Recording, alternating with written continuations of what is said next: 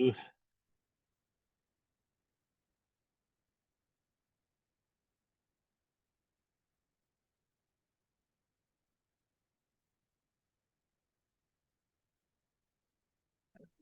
How about now? Now I can hear you. Fantastic. Definite improvement.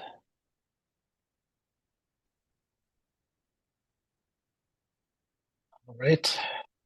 It's about 6:30 here, so I will call the meeting to order in a minute here. Attending from home today since I'm sick. Right.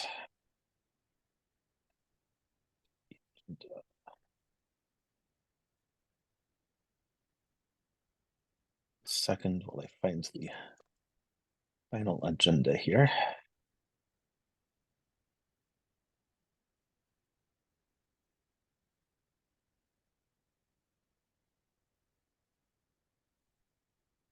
All right. Okay, get started here. Call to order. Statement of public notice. Hereby provided our written notice and the agenda of the public meeting as stated below. There is an opportunity for public comments as noted on the agenda upon recognition by the presiding officer. Let's see, roll call. Who do we have here? Well, or rather, who do we have in the room? Say your name.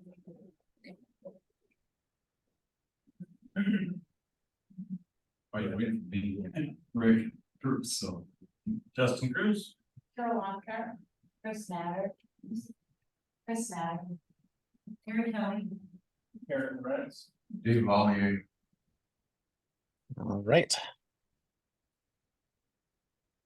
Excuse me. Let's do the Pledge of Allegiance.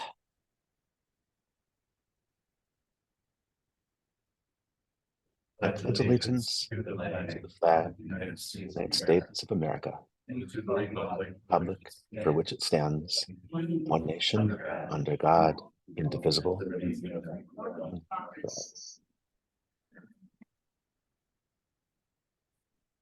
Right.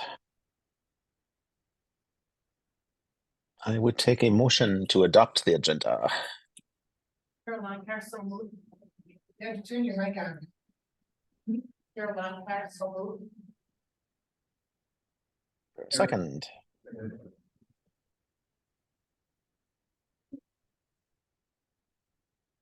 Right, was there a second there? Yep, Aaron Reds. Okay. All those in favor?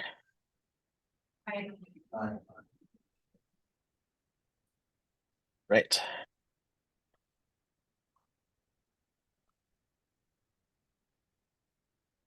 Okay.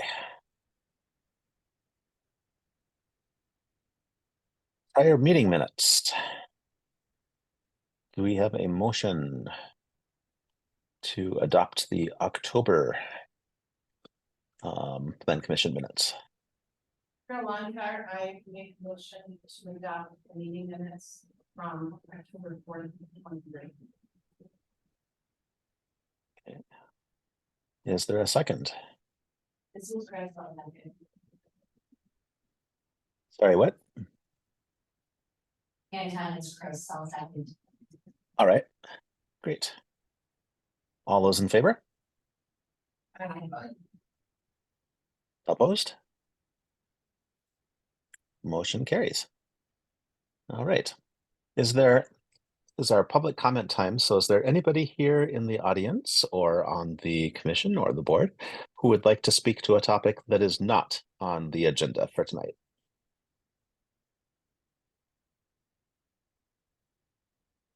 Not seeing anyone. All right, or hearing anyone. All right, then we can move on to the CSM, TW Equities.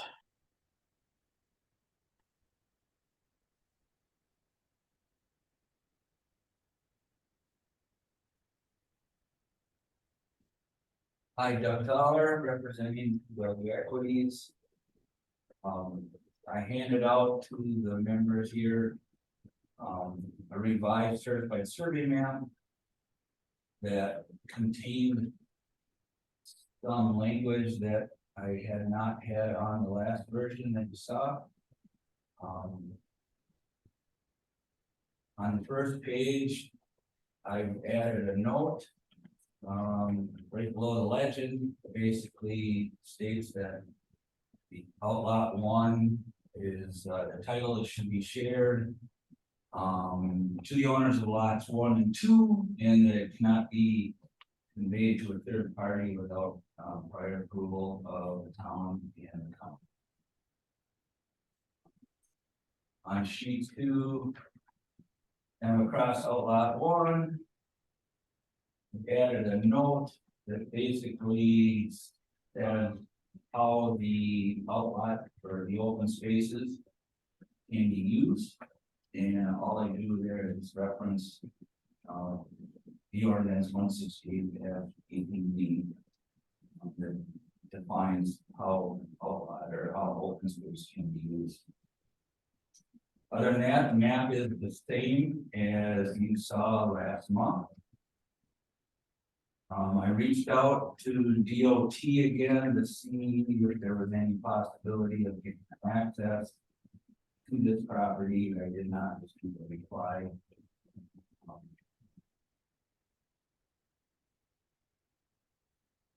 So I just know that the 2 existing access there that we are using our development be part. That's their standard. That's what they told me when I started this project. So that's kind of how we proceed from there. Chuck Warren was going to join us tonight. He was going to bring some of the correspondence that he had with blank on his name, Brooks Bank, that owns the private road. But he's not here, so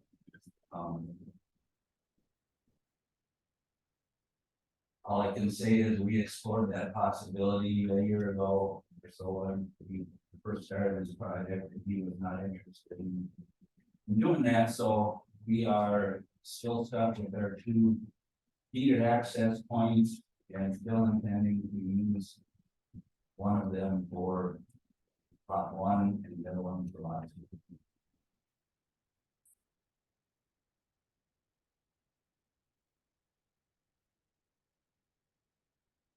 Can you refresh one of that deed access to the seller? That was, Yep. it is deeded, it shows up on the. Yep, so as part of the deed, it's on the deed to the equities, it was on the deed to the previous owner. Who was the one that acquired Sunhauser. He acquired the easement from Oakham. Who owned what used to be a restaurant, that's now property. But that's when that easement was originated. So lot 1 accesses from the, what's that, 32nd, 132nd? Correct. The lot 2 accesses from the easement to the south. Correct.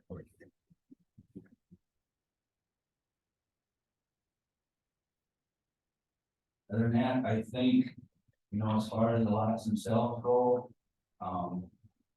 they all meet the CDA and the town's net project buildable area. We do have to go through conditional use permit with this as well, with St. Clair County, because it's in the Riverway District.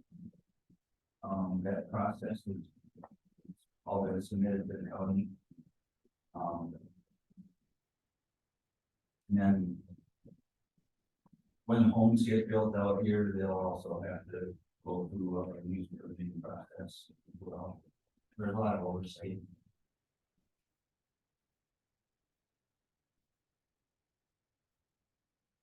You have correspondence? Yeah. Anybody wants to look at this? This is just correspondence between Jeff Warren, who's been representing the Westby's. And this is from Phil from Spain, who owns the land that's on their second avenue. If anybody wants to see the correspondence.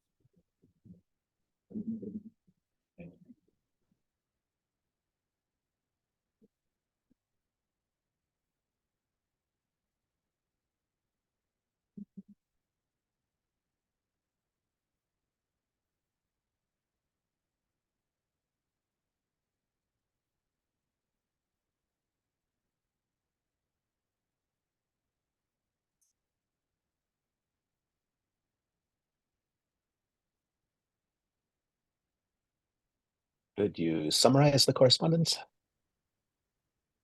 Take that one, Jeff? Yes, Bill and I traded emails back and forth for a while, so I got this last one, it kind of went dark. And then the last one was just saying that he had no interest in a cul-de-sac proposal. He didn't, you know, I tried to explain there was a lot of benefits. There was only benefits, there was no downside. The last email that was, that he had nothing, it just didn't have any merit in. All right. And that was over probably a 3-month time period that it took us to decide on that.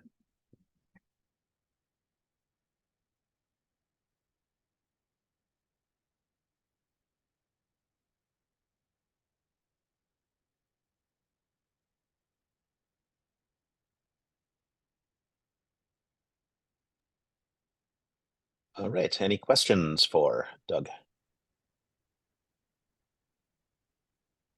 And this is Teresa. I'm just gonna ask you a couple of things.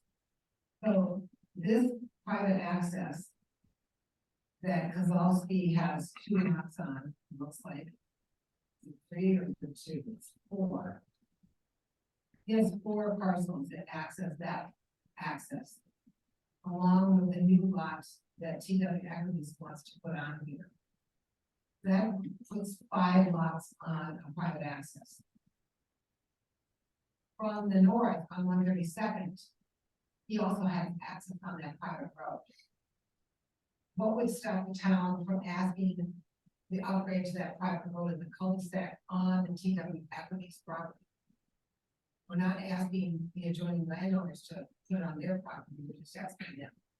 I'm just filling it up. I guess my first question would be, is this an additional lot on there? Because the access has been there, right? So this is subdividing a lot that had existing access from that point. I will let Doug answer that. Yeah, that was another. That access point actually existed prior to the Kozlowski to the point that was actually. Needed to Summerhauser when he bought the property from a guy named Ritter. And Ritter owned, I think, developed the property on 132nd. So that was his land. And when he sold this piece to Summerhauser, he gave him access to 132nd at that time. The other access came at a later time.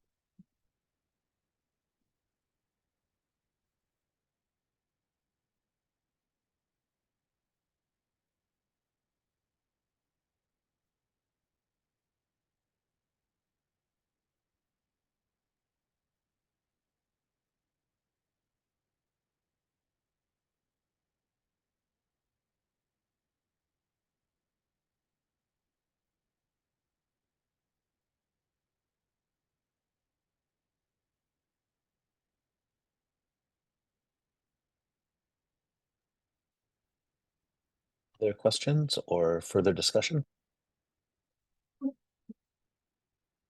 One more question, so now you're considering 2 lots from 132nd? One lot and one outlot. So I come back to 2 lots. Well, outlot 1 can't be developed, it's all open space. So. It's not a lot. So it's really just one. Okay.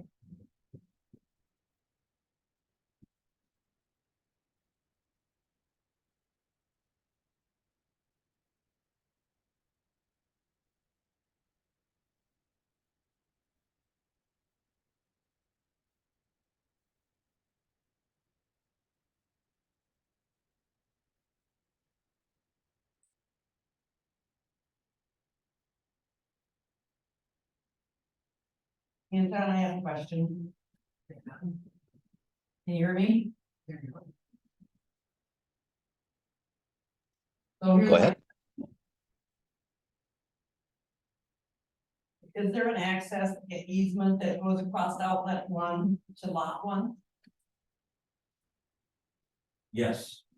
Yes, And does that terminate on the potential boundary for lot one, which would mean lot two wouldn't have access off of that easement? that's correct. It stops at lot one, at the outlot. At the line between the outlot and lot one. So outlet one will never have a residence on it, the only ones eligible would be lot one and lot two. That's the intention. And the other easement for Mr. Kozlowski, does that go right up to the perimeter boundary there for lot two? Yes, So if he was to let it stand as it's written for access easement to lot one and did not request an easement to lot two, then there wouldn't be anything further to discuss, correct? I don't understand that question. Yes, already has an easement to lot one that gets into lot one to build a house, so as long as he doesn't ask for another to get across, then he doesn't have to worry about a potential, you don't have more than anything that's always been on that same private road, and therefore it does not come into discussion for a cul-de-sac, who put it in and who's gonna pay for it. Right, the intention on this is just to serve lot one with that access easement to 132nd. An easement that's was granted to this property. And lot two would be served by the other easement on the Kozlowski property. Another easement that's been granted to this property, so. So what is the ask of this property owner to us tonight? You have two existing easements, what's the ask? To approve the CSM as we have shown. As presented.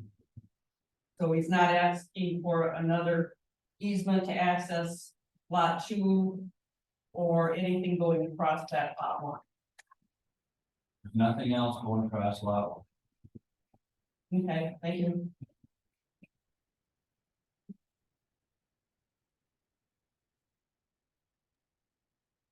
Chris, I'll just make a comment. I appreciate you, taking out lot one and making that open space, and then making it for a further development, so I think that was a huge part of our discussion last time, and then I just put that out there.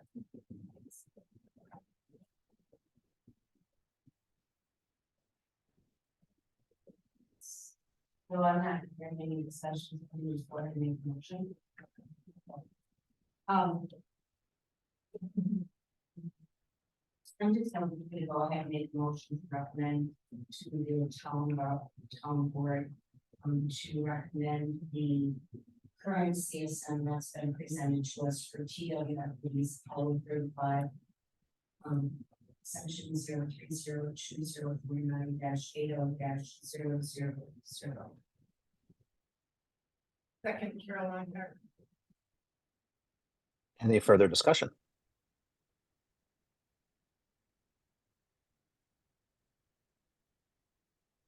All right, let's have a vote.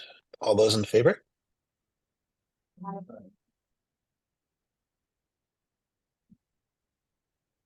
All those in favor? It's gotten very quiet. All those opposed? So Anton, everyone, I believe, voted for. All right. Okay, thank you. I don't know why the audio seems to be flaky tonight. All right, Right, thank you. congratulations then. You've got your CSM. Thanks. If anything. I think you're not crazy. Excellent, you're on the event of the- Or you almost have your CSM. You have to go to the board.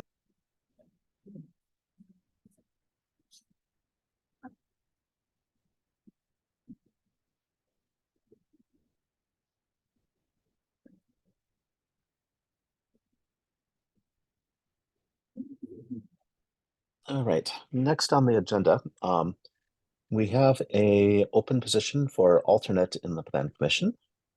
And we've got at least a couple of people I think interested, but one of them can't be here until 8:15, and I don't know if we'll run that late or not. Is there somebody here who would like to speak of their interest? All right. Go ahead, grab a microphone. Good evening, my name is Chris Cora and I live in the town of St. Joseph. And I moved here in 2016 and I'm here to express my views.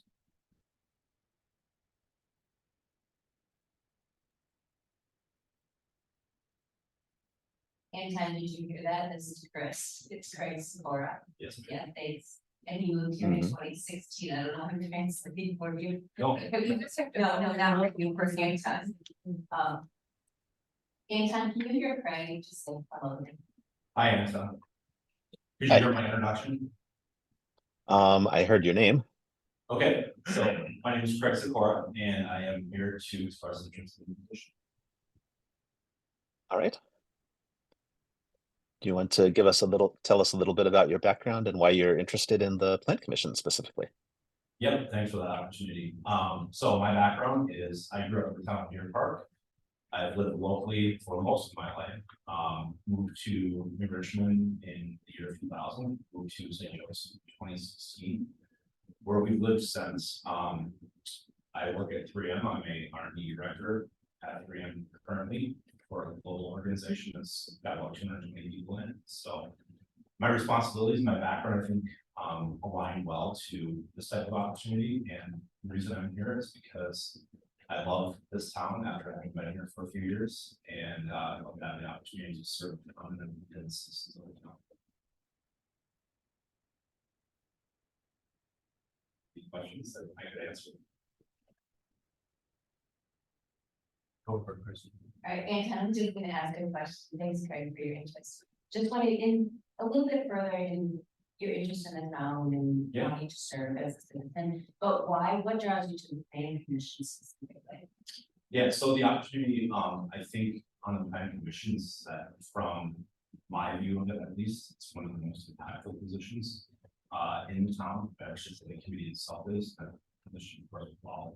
I believe that impact and the responsibility that it carries is quite heavy. And so I think that opportunity would be one that I would love to be able to be a part of.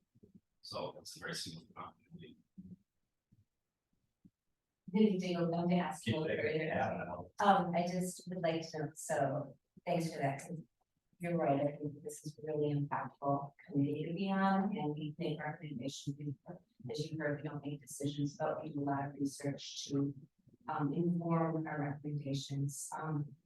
So I'm just thinking about achieving more than your 3 years, but is there anything in what we do in particular in terms of comprehensive planning or development or anything that has, sometimes people join our planning commission because there's a one issue that they're very concerned of, or is there anything in general or any specific issue that you find No, I would actually. concerned or interested in?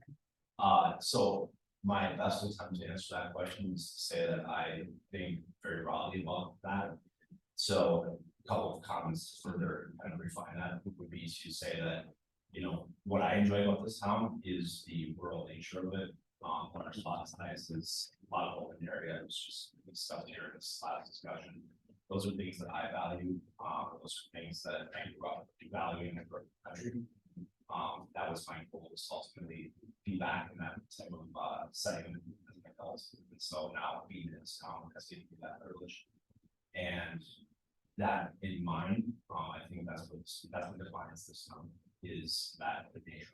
And so as I think about it that way, I do think that this town has a unique opportunity as well with the, I guess I'm stereotyping a bit because I don't have all the data, but the composition of this town, I think, is really interesting with the diversity that it has. Old, well-established citizens, newer citizens like myself, and local, and have the investment for that. Make me personally interested in more or less trying to serve that. I mean, my own goal for coming to this community is to be part of that on long term. basis. So my self-interest would be to try to affect that. Thank you.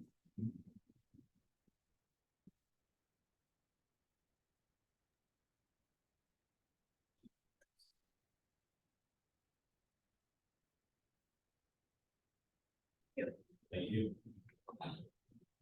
Are you by chance related to Frank Bonfire? Very too. That's what I was getting at. Yeah. So I work in the same group. Oh, okay. So we're in the same business. Brand. Oh. Yeah. Very good reading, so. Yeah. So yeah, he's a great part of our team. Great, thank you. Thank you.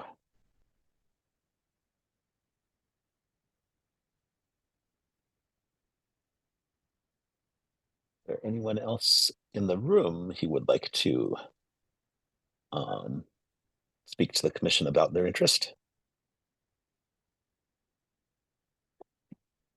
Well, given that we do have one other person who's interested, I think we'll probably wait until we have a chance to hear from them as well, which might come later tonight, depending on how long we take with ordinances, or might be at our next meeting. And then I think we can make a decision on and recommending to the board appointment of an alternate. Thank you. A quick question if I may, just to operate. So I have my professional resume here, if anyone wants a copy of that, that's not relevant, then I'll just keep that. I mean. That's a perfect answer, I just wanted to offer it before I. Yeah, no, thank you. Okay, thank you. Thanks. But we're gonna go on. All right. With that. I suspected as much, but. No, thanks, yeah. Yep. Is that okay with you, Tom?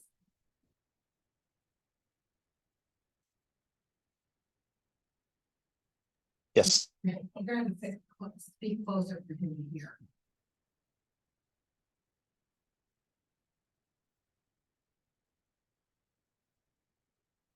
And we have no one else in the room right now who's interested. So if you'd like to move on to number 3, ordinance review in progress.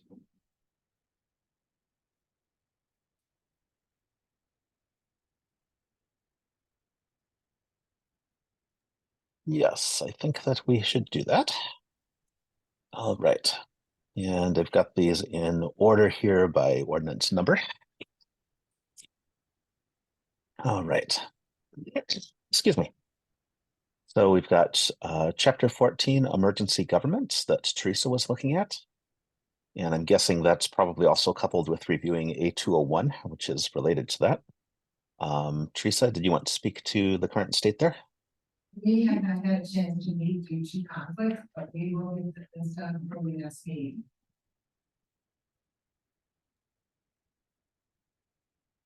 Okay.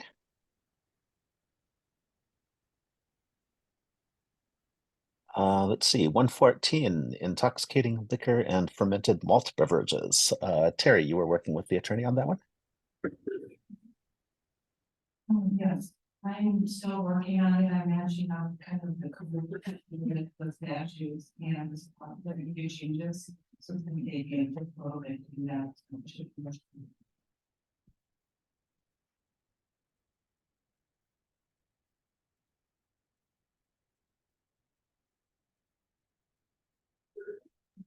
Anyone have questions for Terry? I have one question, Terry, is do we think that based on the review, we will be making changes for that ordinance? I would say yes, because the statute. Oh, okay. But you're not, I don't think any substantive changes. I think just movements. So. Oh, so it might, so far we might just be clerical. Yes. Perfect. Love clerical and it's over substantive. All right. Let's see, records. I did look at the records, and the one thing that I found is that there's a couple of places where it references the wrong section number in Wisconsin statutes. So generally parts of it refer to 1921-4, parts of it refer to 1921-5. 1921-4 is the records rules for town boards. 1921-5 is the record rules for counties. So if we wanted to correct that, we could, but I don't think that there's any real reason why we should go to the expense. Any questions on that one?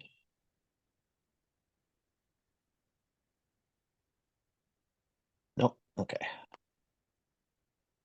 All right. Let's see, 149 roads, driveways, etc.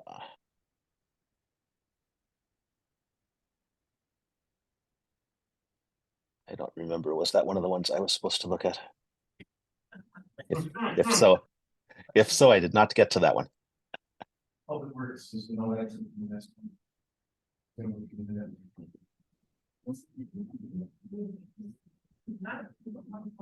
Oh, Public Works was supposed to be looking at that one. Yes, thank you. Look at- Let me interject, Public Works needs to look at it, because we're talking about doing a community mailbox on sex. That's the change they want to make on roads, because Yep. of the problems we're having, with snow plowing and cul-de-sac. Clicking off the mailbox, we want to put it in the road at the beginning of the cul-de-sac. So they want to make that an all new development. All right, and if they're not looking at anything else there, we might want to have someone from our group look after they have their change and make sure that there's nothing conflicting there with our zoning ordinance. Maybe just an amendment on that. You can do an amendment about rewriting the whole thing, but that's what they want to actually do, so that new developments make that happen. Yeah, just thinking that if I recall, amendments were a little more manageable and less expensive. Yeah.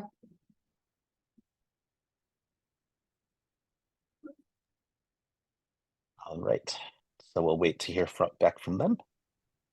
Let's see. 151. Let's see. There's a couple of, again, there's a few different places where we're referring to the wrong place, but I think it's probably okay since where we do reference the Wisconsin statutes, we say it's including but not limited to the section numbers that we give. So unless there's some other reason that we find to make a change. If you want to look at that new county ordinance on numbering and naming, I did, and I actually found that the new county ordinance is wrong. So it has the even and odd numbers reversed for north-south streets. So they are in the process of fixing that. yeah. But in case there's anything in our ordinance that needs to be amended to work with that. But question for you on that. So based on the fact that county is reviewing theirs, would it be in the interest of the town to wait until they completed their process before we look and turn around and go forward with one? They completed it, it's done, they just have to pass it by county ordinance. Okay, It's all done, so it's been correct. oh yeah, it's all done. Okay. Well, it was wrong as of Sunday, but It goes to county board this month, and that's when it'll get passed. yeah, the person that I talked to at county said they will fix the north-south numbering error. So other than that, we're basically saying that the primary numbers are designated by St. Croix County Planning and Zoning Office. They recommended that we instead just say the Community Development Department, but they said either way is fine when I asked county. So I don't think that we need to change anything there. If we were making changes, there's also a section that we say that public roads doesn't include federal highways, state highways, or private accesses, and I would recommend that we also exclude county roads or county highways from that. But again, only if we're making changes, and it doesn't look like there's any changes that we need to make at this point. I can go back and look at that again after county fixes their final version, but I'm not expecting any significant changes there.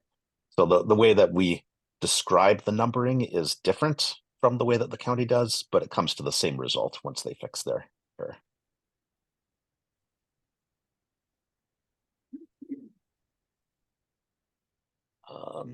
Oh, one other thing. that I ran into when I was reviewing the SCEDS statutes is that county does have the final say in road names. So that's maybe something that is worth keeping in mind. Our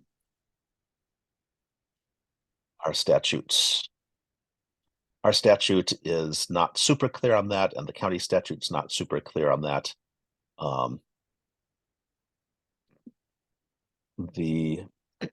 Excuse me. So it says the Court of Appeals in Wisconsin basically said, or exactly said, a county may cooperate with a town regarding road name changes, but ultimately the county has authority to implement name changes, even if a town does not consent, if the name changes are made under section 5954-4, which is the county's authority to establish a road naming and numbering system. So if the county has a system in place, then they have final decision-making powers. For what it's worth, when I talked to the community development person at the county, they said that, yes, that's their understanding, but that they believe that the state's intention and their intention is to always work with towns to come to consensus.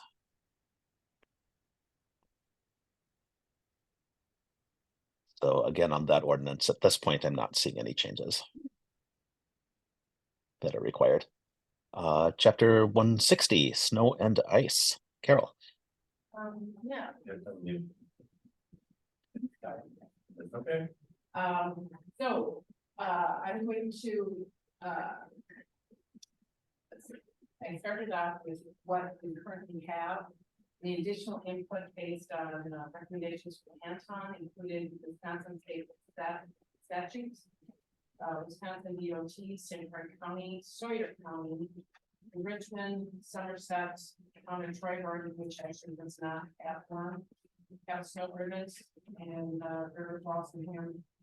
And out of those, I found that the Wisconsin DOT may be relevant for us, and we're developing some minor adaptations, and it also covers liability that we may want to consider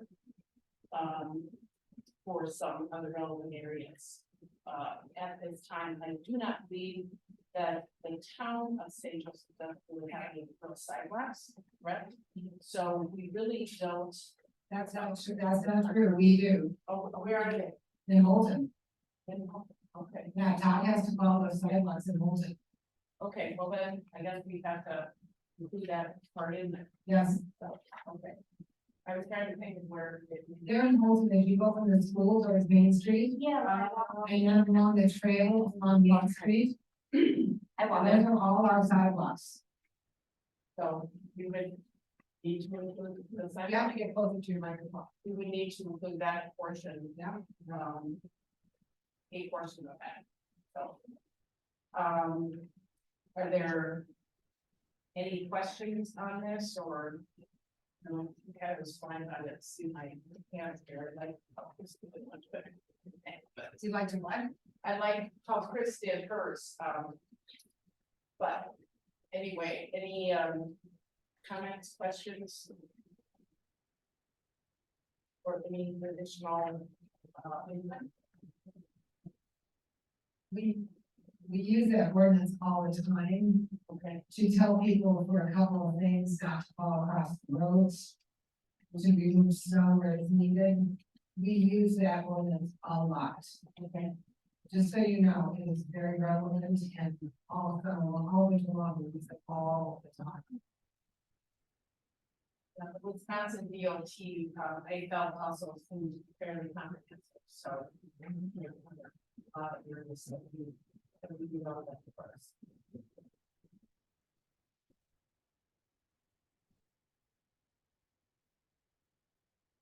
I have a question, is it okay, this is our, No, this is the, literally those three paragraphs. Oh, okay. yeah, It's very small. yeah, but a lot of other ones, as you can see, are pretty small too.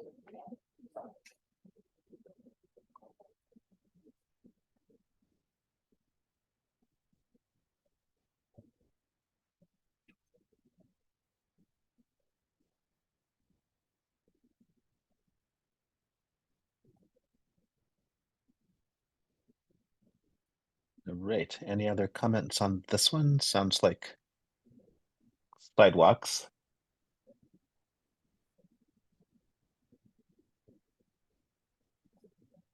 Not sure if there's anything else.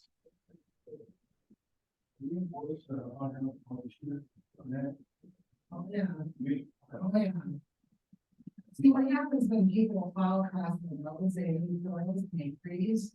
And when the snowplow drivers hit them, it lifts their weights.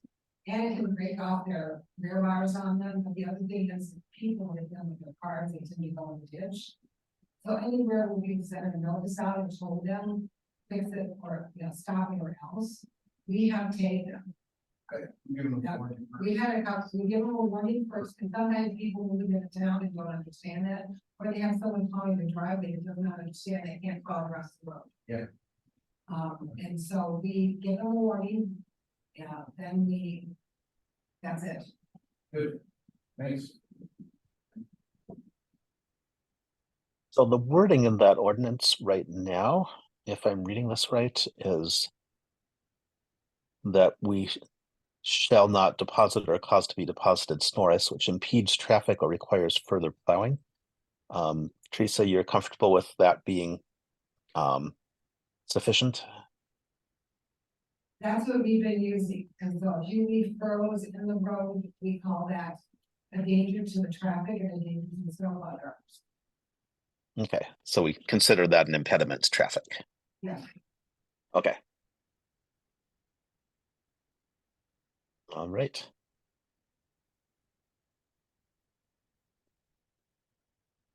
Okay. Let's move on to chapter 170 is zoning. In particular, parking standards. Chris. Yes.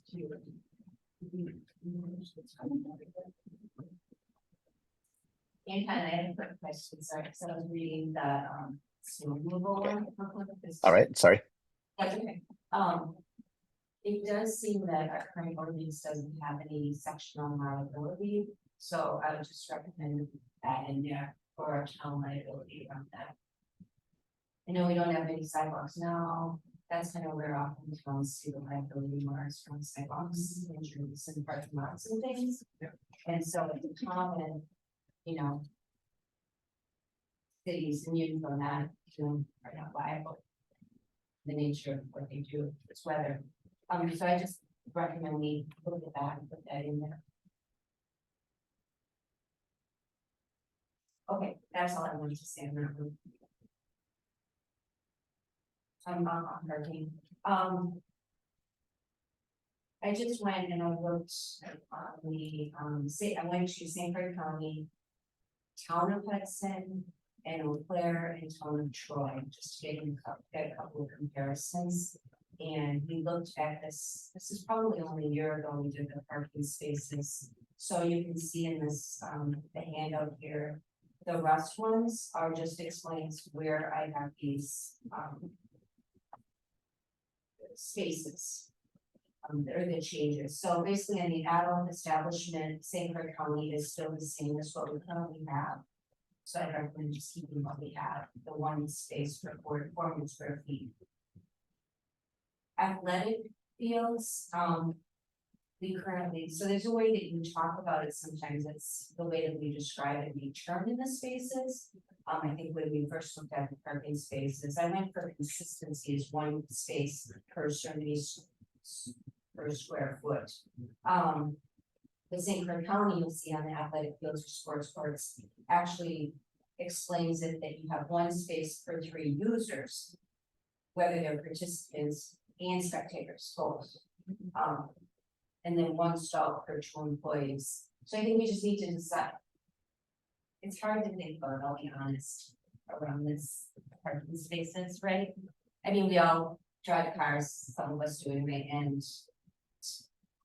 what is the accurate need of parking spaces, right, for these facilities and these uses? So,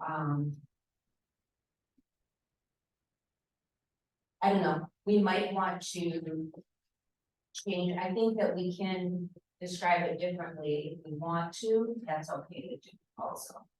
Does that make sense? So Yeah. we want to change it. I almost like it more defined as square feet, cause I mean. You know what I mean? Like, how do you put a definition on users? Right, You know, how, Yeah. you know, I mean, it'd be people, I suppose, but. soccer, you get more than Yeah, baseball. And football, then, Then, you know, yeah. and it's almost easier to say you have X amount of square feet, and the thing of the administration side of it too is like. How many spectators can show up to a soccer game versus a football game versus a rugby game? Rugby game. Yeah. I'm not a sports guy, so I hear there's interest in pickleball. pickleball, but I was that's- hoping you didn't say that. Not everybody can play pickleball, certainly, pro or con, let's do it, go online, it's on our top website. So actually with that, my recommendation would be to use the one that I have last year. Excuse me, use the one we currently have, one space per 4,000 square foot at all the way field. Unless somebody wants to research, I can research, if we feel vague on that, I can go look for, if someone wants, I can go look for some more examples. I just had a question. Yeah, So based on your review of the ordinance as it stands, was there anything that we have today that is either non-conforming to what the state requires of us to have, or is out of touch with time? I don't think anything is non-conforming to what the state has. I think that when we put this together again, we looked at St. Clair County and other towns, so it was all current ordinances around us when we looked at it. And so this is partly, Teresa, you had a concern around these, so that's why we're looking at it.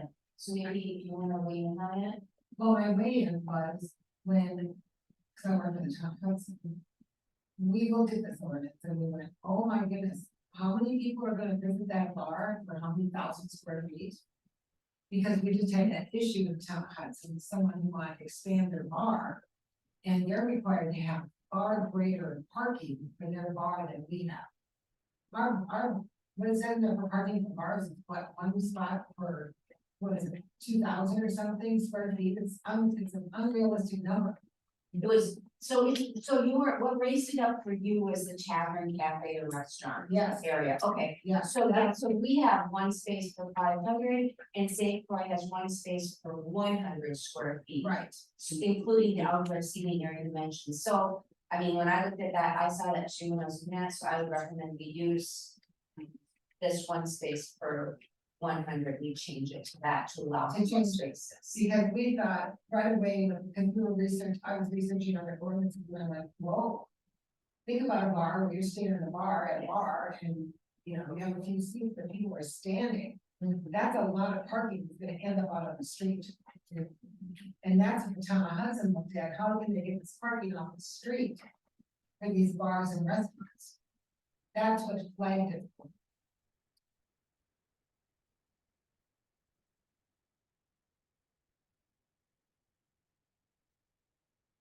The same thing, the one up above the specialty beverage one. That one we had one space per 500, and if we look at St. Croix County, it also takes it down to one space per 100 square feet, including the outdoor seating. And then I added one space per 400 square feet for retail sales area, because I wanted to get at the retail sales plus the tasting part. So that's why I asked that. That's where you can see why I added those. I think it's I think it's important when you look at parking, to look around when you ever go to places. What kind of parking do they have available to them? And if they expand or have an outdoor patio, is there a place for you to park if you're visiting them during outdoor times? So that's kind of what pushed me. I was like, whoa, we need to really get a handle on this. Before the one comes in and says, oh, I only need, 15 parking spots, and there's gonna be 150 people inside this building. Yeah, I hear you.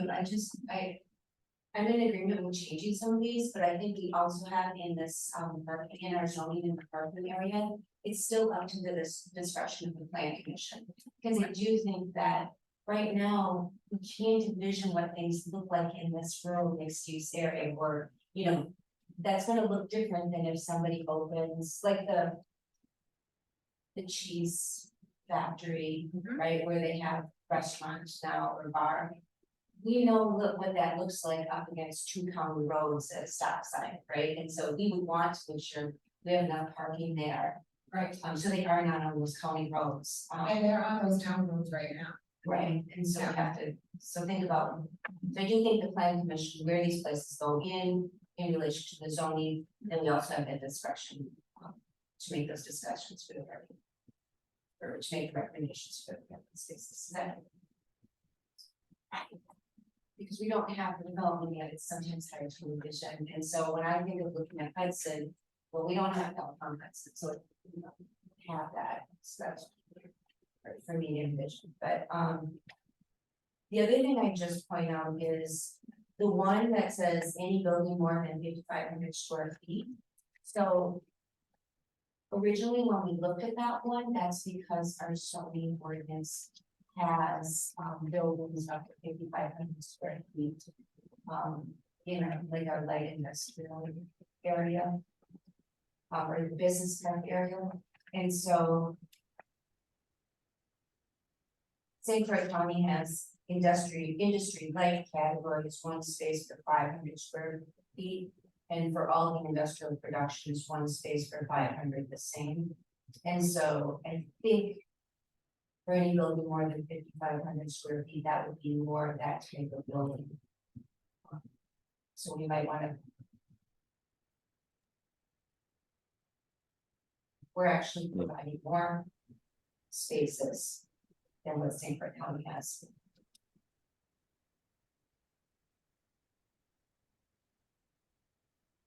And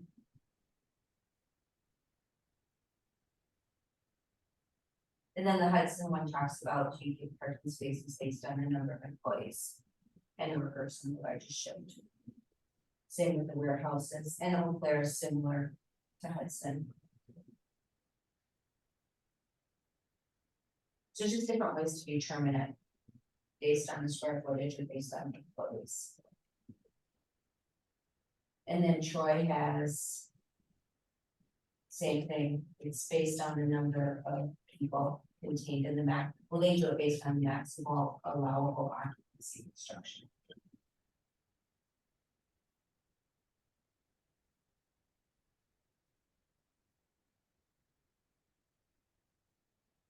So we're basically looking at 5 areas. And just to get a conclusion, because you know me, I was gonna wrap up. Can we just go through each of them and just say yay or nay? And that'll give us some direction. Is that, Anton, you okay with that? Yeah, I am going to ask first at the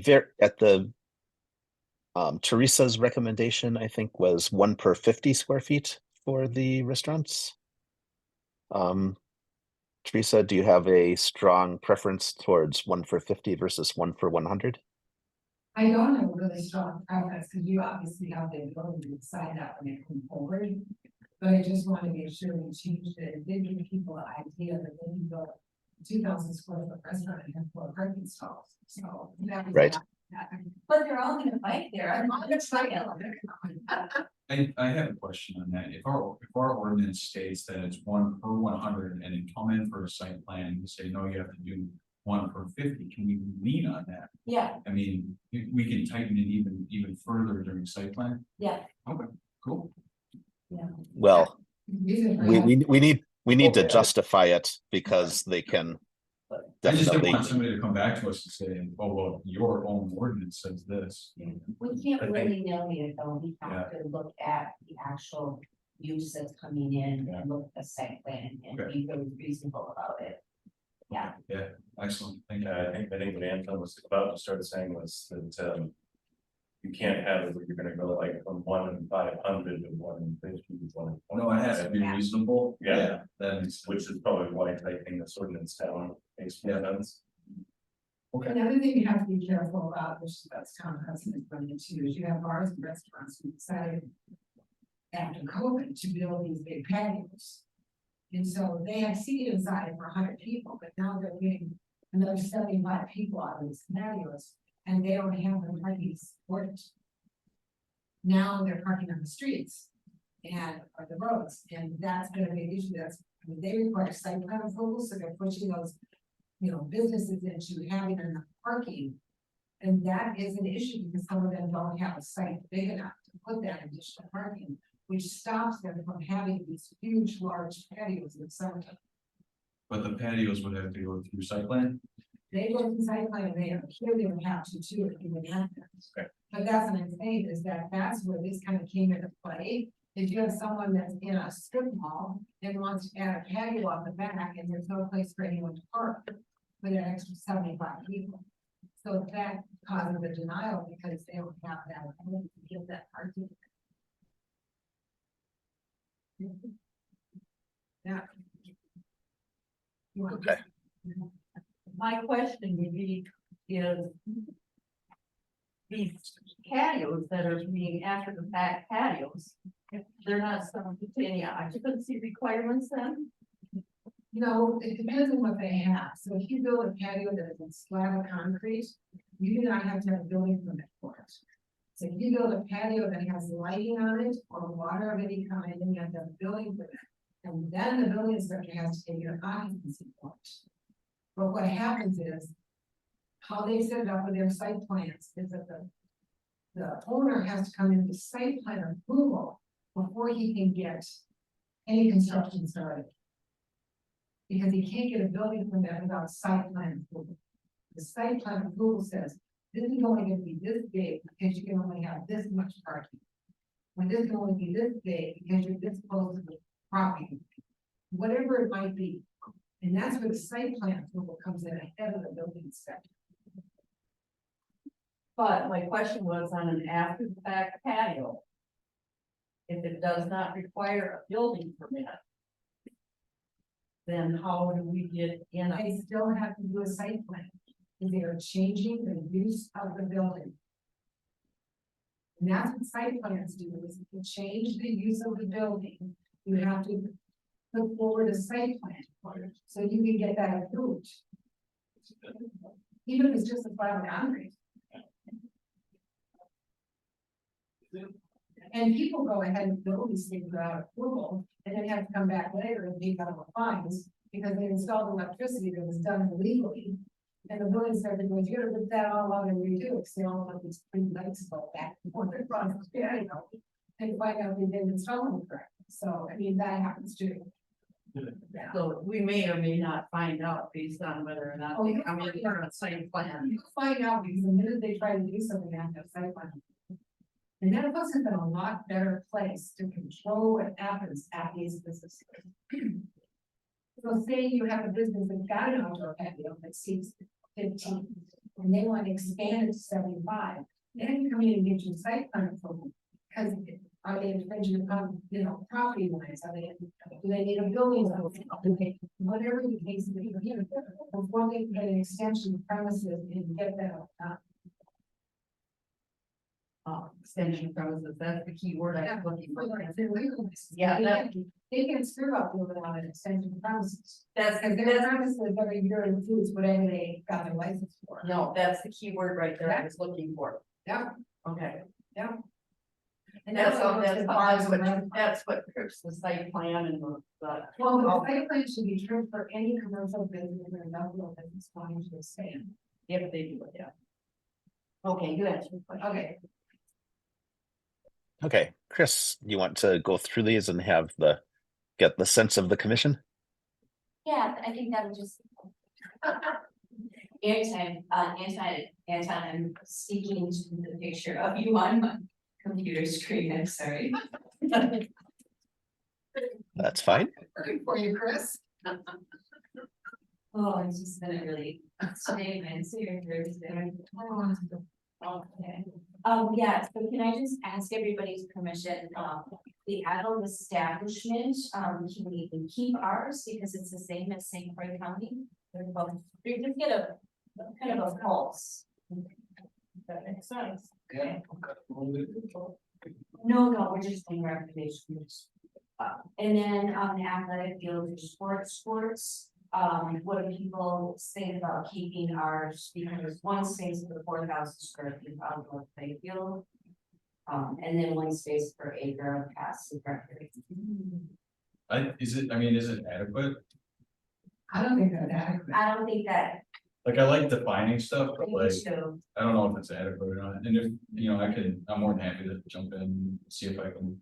do you wanna go look at that, Yeah, I'll take a look and see if there's anything even out there, but. yeah, that acre of passive rec area, we didn't make it up.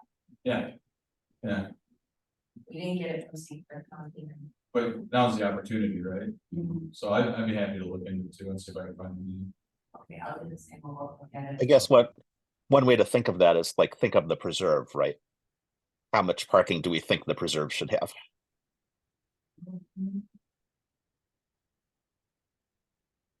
But I can assure you those split courts have a lot of people on it. So you wanna separate those ones from assets and the sport court from asset? Cause I mean, we had a problem with the sport court in the town, that someone installed without a permit. And the reason we found out is that cars were parked everywhere up and down the roads. And they probably had 100 people inside that shed. That's sport court. Okay. All right, so we're gonna look at it, we're gonna separate. Look, and get some definitions. Okay. Let's go do it and we'll see. Yeah, so we can find more than happy to look. And then moving the any building more than 500 square feet. We actually have more spaces in St. Clair County. What do people think about keeping ours? I would be tempted to push that one back to where the county is. We would go to 500. Yeah, It's not that much off, but I'm fine with that. Yeah, it's, okay, let's go to 500. Craig, you're getting an idea how we make decisions, no, this is just discussion. Okay, What I expect. yeah. So this specialty beverage tasting room from retail, then what do folks think about actually changing it to the. Say, for example, the one space for 500 square feet, and then including the outdoor seating area dimensions for the tasting. And then one space for 400 for the retail sales. Yeah. You really wanna do your tasting room, that's big. It could be 500 square feet is. 20 by 25, how many of you this tasting room, that's a lot, more than that, the next for double car garage. Yeah, Here's an easier way to think of it. This room would be, what is this, 1,300 square feet, 1,400 square feet? it's 40 by about 45, yeah. Yeah, so that would be the equivalent of four, Or, this whole room. So you want 50 instead of 100? absolutely. Okay. There's 11 drinkers up here, all right. so is, I'm a winery person, and I'm gonna one winery, and let me tell you, they are showing me. I know they turned in these spaces, okay, so we go, so it's one space for 50. And then what do you think about the retail sales area? That I'm fine with. Okay. So here's the thing, I'm one very different, that all people are maybe not shopping. so is this 100? Shop online after they raise, or maybe not shopping. Drinking online is a lot less fun, I suppose. So this is 500 feet for the whole building, not just the seating area, right?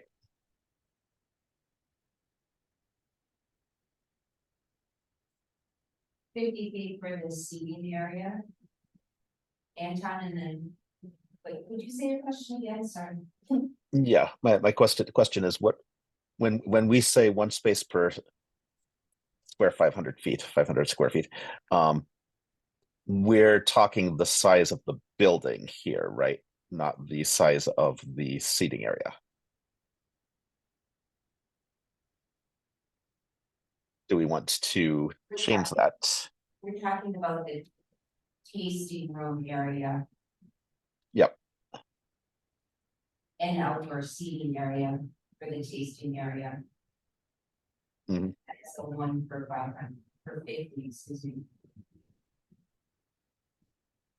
Yeah, I'm just saying our ordinance right now doesn't distinguish between the seating area or tasting area or whatever you want to call it and the rest of the building. It is not, right, and this just divides it out. Yeah, So- so if somebody opens a brewery here and has a small place in the front, we're potentially requiring them to have a lot of parking for a place that has room for, 10 people at a time. I'm just suggesting that we should maybe think about whether we want to make that distinction between the part of the building that's used for serving the public and the part of the building that is not. The counter argument to that is, of course, is that you can reconfigure the building after you build the building. So we may want to stick with what we have.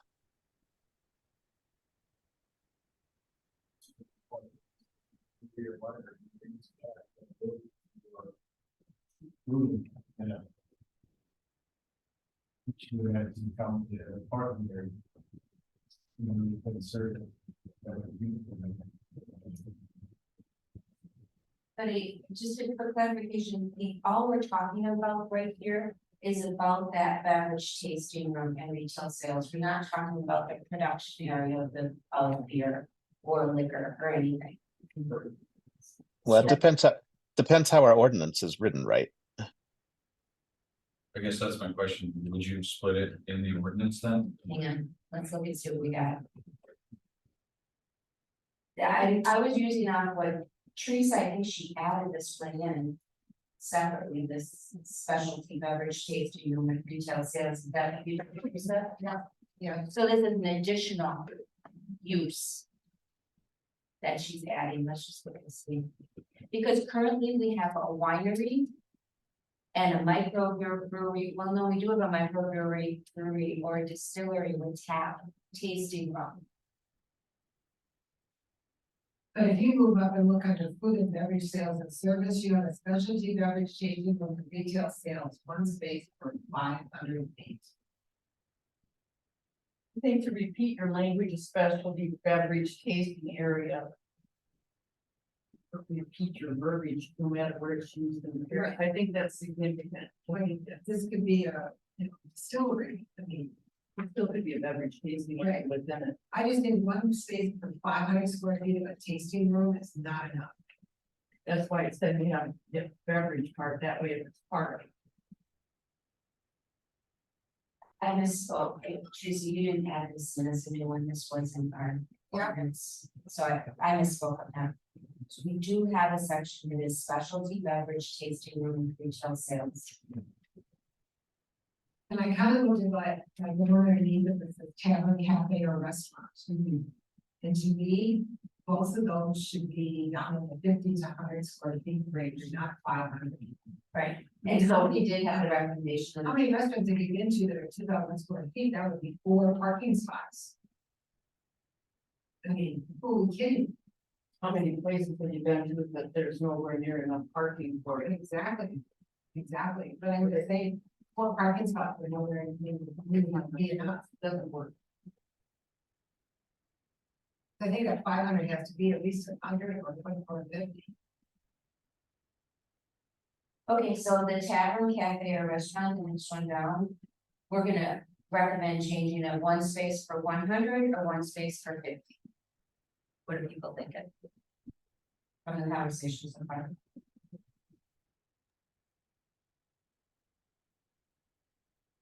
So tavern space. Would be, we're deciding whether it's 1 for 100 or 1 for 50. Yeah, I can say when I review buildings, it always comes down to alcohol, whether alcohol is served, so, they say you know, how many drain fixture units, you know, or how many fixtures do you need? And how many fixtures do you need with alcohol? So I'd say if like it's a tavern or something, I'd go 150. And that's just that space right now. We're not talking whole production space. It's defined. It's just, Right, just where they're consuming. yeah, I don't know why it'd be different than a bar. You know, it's interesting because the restaurant though is different from a cab. A tavern is different from a cafe or restaurant. That's true. Yeah. I think, you know why, because I think restaurants are clearly defined by table city areas. Exactly. As opposed to a tavern or tasting room may not be. Yeah. Sure. But I don't think restaurants can be 500 either. No, we're recommending changing that from 500 to 7. No, right. We got that. And maybe you separate, but maybe you separate. It's there. So maybe we go tavern is a separate line item, 1 per 500. Or 50. 50. It just be rolling down. Okay, and then in the cafe or restaurant, we go 1 space per 100. 100. Okay, thank you. I think we're gonna then just take it and come back next time. We'll look at our athletic fields and sports courts. Yep. I'm sorry to take that time. And I will say, looking at, I'm not sure that I have the latest version here, but in the spreadsheets that we did, we have a few places where we defined parking in terms of like sales area, and other ones where we just put then some where we just put like the square footage. And if it's just the square footage, I think that that's a little problematic. For instance, like the, you know, distillery with a tasting room. So we may want to just look at that and decide what we want. Because for the tasting room area, we probably do want something that's closer to 1 to 50. But for the production floor, that doesn't really make sense because you've only got 1 employee for every, you know, 2,000 or something there probably. Thanks, Anton. I'll relook at that area of the distillery, which is a production area. And, you know, maybe we don't encode that, but maybe we just put in a little bit of text that, you know, one of the factors the plan commission may use in deciding on parking requirements is the proportion of the area that's used for sales versus production, something like that.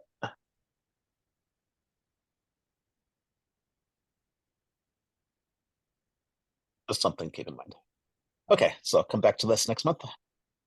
Thank you. Anything else on this one before we move on?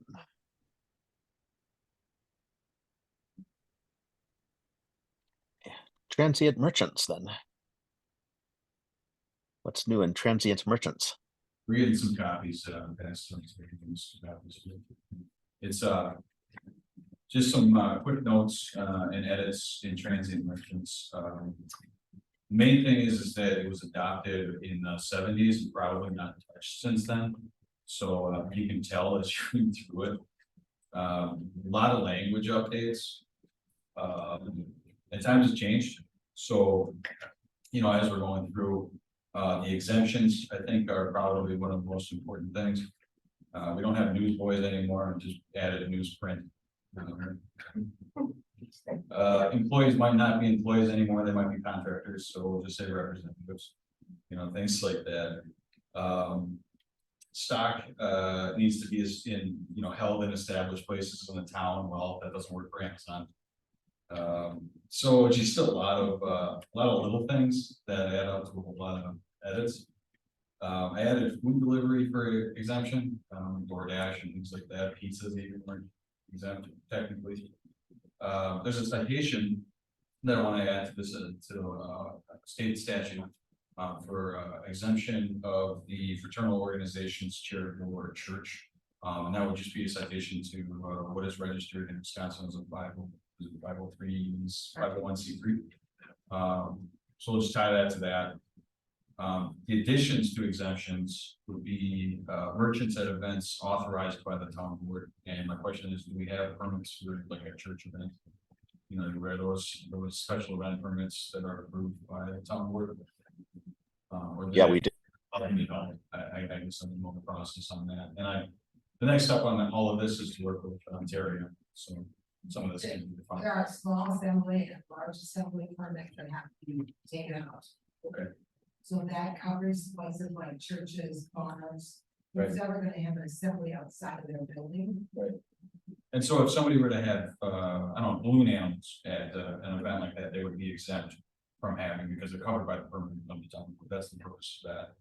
So we'll put that in there, and then, another one would be agricultural products such as farmers markets. Because they're not established places of, permanent business, whereas if you had like a farmer's market out somewhere, anywhere, again, might have to be subject to a permit from the town board, so we could probably just wrap that right in with the other one. Which would be merchants at events, I can just add, you know, agricultural products or farmers markets and define them more. Our biggest problem with transient merchants are the ones that come through and want to fix your roof because the bills. So that's my next one, actually. Yeah. Under licensed required, how do I put storm contractors? Driveway sealing, that's another good one. I can just add examples into the code too, I mean, for the spirit of the code. Transient merchants to me are anyone who wants to go door to door, park Oh. themselves somewhere that's a public property. And we need to protect our town residents from that. And wants to park themselves somewhere and sell. Yes. We've had people who want to park in this parking lot and sell their wares, Yep. whatever that may be. And we don't allow them unless they take a transient merchant and they can't use this land to do it on. But those are the ones we have the most problem. Yes, yeah, so yes, I have that in my notes. For storm contractors and driveway sealers is another one. I'll have to come up with some sort of language for that. I don't know what that is. Right now, the application for license is to make sure that that aligns with the actual application for the license.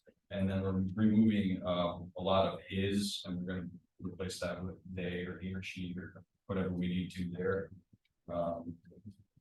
So adding the year and license plate of the vehicle. One of the requirements that I like to add to a lot of things is a certificate of liability insurance. Make sure that you're legitimate, and that if you are at somebody's house and you back over something, then you're gonna be covered for that. I was actually hit by a FedEx car or a FedEx in my driveway. So being covered as a transient merchant with a policy of a minimum of 500K or $1 million of liability is something I'd like to add. I think we'd have to check with legal on that, with the lawyers on that, if that's the direction we want to go. But that again can just be added to the application, and we could say in the code, all things listed in the application. And it kind of it covers that application. That's kind of the direction we want to go. So any feedback on that liability thing? Okay, just put it in there. Okay. Seems like a good idea. Fees, mentions the constable a lot, which we don't have. That's zoning, this is zoning administrator, or zoning, or what's Jay's title? It's only, and then, Jay is the zoning administrator, but she can also include the county sheriff. okay, I mean, would we forward these things on to the county sheriff? Sure, person breaking the law. It depends Well, on it'd what be you for like, could we view like this? These are for license applications. And so, you know, the constable would look into the character of this person, it's how it's kind of written. But we don't have a constable, so who would look into that? Would it be the It would clerk? be Jay, It would be Jay? Zoning administrator. he's the zoning administrator. So what happens is Jay would be in charge of that. But then if he has someone who's selling something out of the town and he asks to see them listed without a license or permit, Oh, yeah, that'd and be he a cop. doesn't, then he can call the county sheriff, of course. Yeah, okay, so I just needed to know who was going to actually look into and for. Yeah. Judge character, so however this is written. It does mention, you know, the religious charitable, but they're already exempted in the previous section. So I guess the other one would be, is 72 hours reasonable, as a turnaround time for an application? We can Jay get back to them? That's an open-ended question, we're not gonna answer that right now. Getting back to the 70s, the bond, if they require a bond, is $500, and that was probably a lot of money in the 70s. I wasn't alive then, so I can't really tell you. But it seems like a lot, I mean, it's pretty steep now, so, but, you know, maybe we can up that. It seemed like when they passed it, it was probably a large sum of money. To maybe deter people from something. So again, open-ended question, is $500 reasonable? Is it enough for a bond?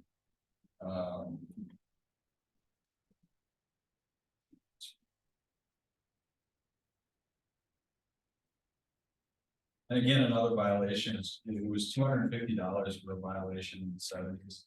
I mean, should we up that at this point, or do we just define it by the town board and set a violation? So therefore, if it's needed, Jay can find. Yeah. And we can just change that all to the fee adopted by the town board. Oh, sure. I have a question going back to the one. Yes. All of a sudden I thought to myself, if we're inserting this liability insurance. Yeah. Is that taking place of the two different needs? I think the bond would more protect the town versus, Liability insurance and would protect the individual residents, Yeah, right? okay, that makes sense. Going back to your 72 hours reasonable, Wade doesn't work full time, though. So 72 hours, maybe not. Oh, okay. And I mean, we can put it as much as we want. I could also have that set by the time. Exactly. Exactly. Like the town board wants to put a week on every 2 weeks. Doesn't bother me. So a couple of questions that come to mind. One is, this says it applies to people that are selling goods, wares, and merchandise. Sure. So I would assume it doesn't apply to somebody that's going around and offering roofing or driveway repairs or whatever. Right, so my intention is to add a sentence in there that would include them, Okay, if that's. so soliciting services as well. Soliciting services. Sure, yeah, I mean, if that's the way it will be worded, sure, we can use that language, for sure. I'm not sure what the right language is, but We'll start there. We'll start there. yeah, because the reason that comes to mind is partly what Teresa had said about, that being one of the things that we might want to cover. But the other thing is that the purpose of the bond, if I read the ordinance right, is a guarantee that goods that were purchased are delivered. And delivered in good shape or whatever.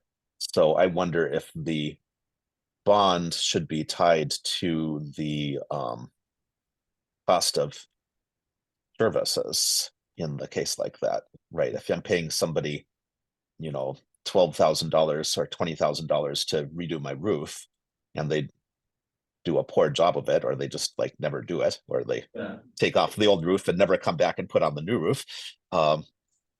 Should the bond be large enough to cover things like that?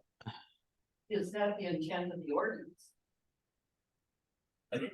It's hard to say because it's such a different time what your intention was. Right. We had a lot of door-to-door salesmen in the 70s, right? I mean, I don't want to ask the wrong person here. So anybody can speak up. I mean, you had vacuums, you had Tupperware, you had people going from town to town. I mean, I can read from, your handout here, 167-7 bond says, guaranteeing to any citizen of the town doing business with him that the property purchased will be delivered according to the representations of the applicant. So it is to protect the individual himself or themselves. Okay, so then I would say that we would need to up the bond, but also could just tie that to the town board. Yep.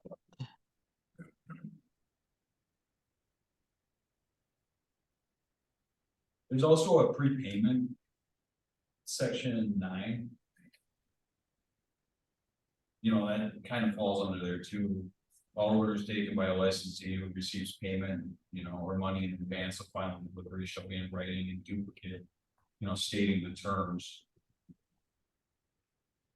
Yep. So that the resident can get a legal document, then they can, you know, essentially go back to whoever the merchant was. Mhm. Getting back to roofs and things, you know, I've had people knock on my door. So if we do this. And someone gets, on a roof job, like along that line, does that put them able to come back to the town. For compensation of loss instead of putting them in court in a civil suit.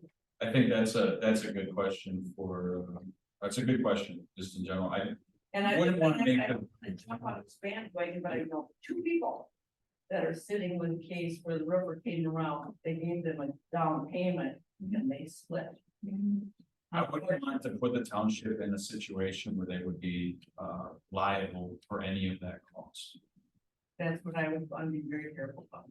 I agree. Let me see what I can do with that. Okay, I just think as part of the discussion that needs to Yeah. be investigated. Well, and you know, that's another thing that as we move down the process, we might want to have, when we define something, we might want to have our lawyer look at too, just to see. Making sure that we're not gonna be held liable. If somebody bails on a roof, takes the money and run. Any feedback, there's 100% going.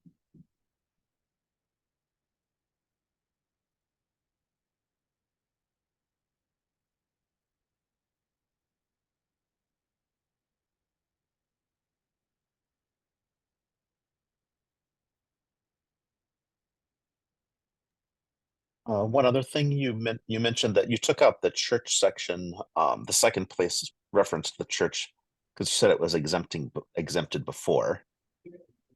But the exemption, the way that it's worded right now, says it's a church, charitable, or fraternal organization whose principal location is in the town. Yeah, we should probably, because we're more of a global community now, probably just remove. The principal location is the town. I mean, even Boy Scouts of America is a 501. Right. So, yeah, you know, and their headquarters is, I don't know where it is, but it's, you know, it's not here. New York or somewhere. Yeah, and we wouldn't want to charge the poor Boy Scouts or Girl Scouts Right. a fee and make them get a transient to sell cookies or popcorn or whatever. So I think that's a good point, and we would just need to remove that section. Yeah. Or remove that that section where it says that- that it have to be within the town. I think that makes sense. Where was that, Anton? I lost it. Yeah. Yep, F. First page F. That's my first page, that's fine. Maybe, There we go. maybe we could change it from this principal location, because it's just something in like, I don't know. Not doing business, that's something Interest. that they're Whose primary interest is within the town. doing Something. business or transaction or something in Yeah. the town, right, just to, like. whatever. We gotta tie it back to the township, right? That's the Exactly, intention. so that they do have a chapter in the town or something. They're a virtual organization, whether they're virtual or not, but they. Just some things you don't even. Yeah, 100%. About it, a little bit, but you know what it is. Yeah, I don't know what it is either, but that's a good point. Yeah, I'll come up with something.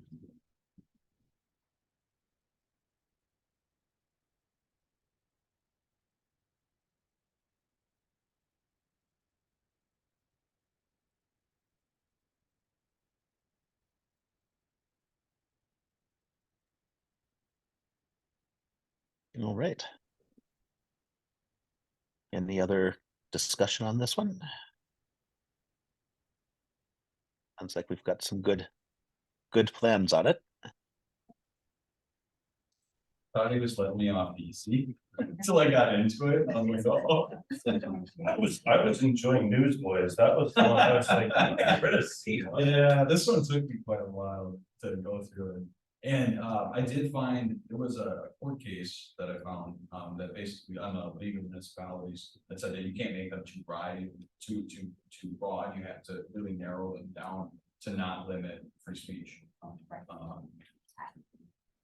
I was thinking about the word canvasser. Yeah, Came out, yep. I'm an old canvasser, so I know. Yep, yeah, and I'm a little bit reluctant to use that, but I saw that quite a bit. And so I didn't know if they had applied that wording, you know, to other, you know, other than political names. Yeah, it comes to kind of interesting if you think about like someone who's going around and selling campaign signs, for instance. Mhm. Suspect we probably couldn't constrain that. No, and so as we get further along, let me take a look at that all to sure.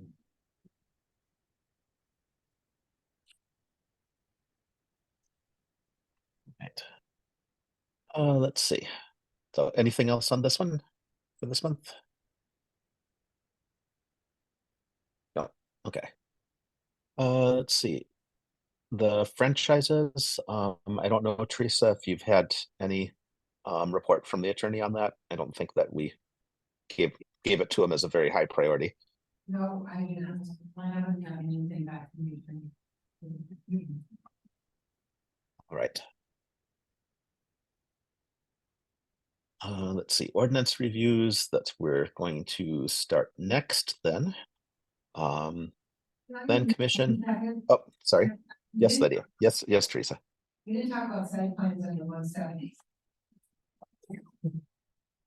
True.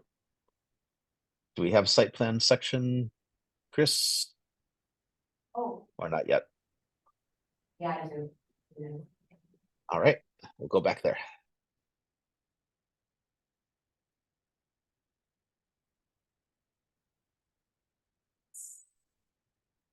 Very nice, very happy I actually. did that. Good. So when Teresa gave us the language for it, and when I looked at our zoning ordinance.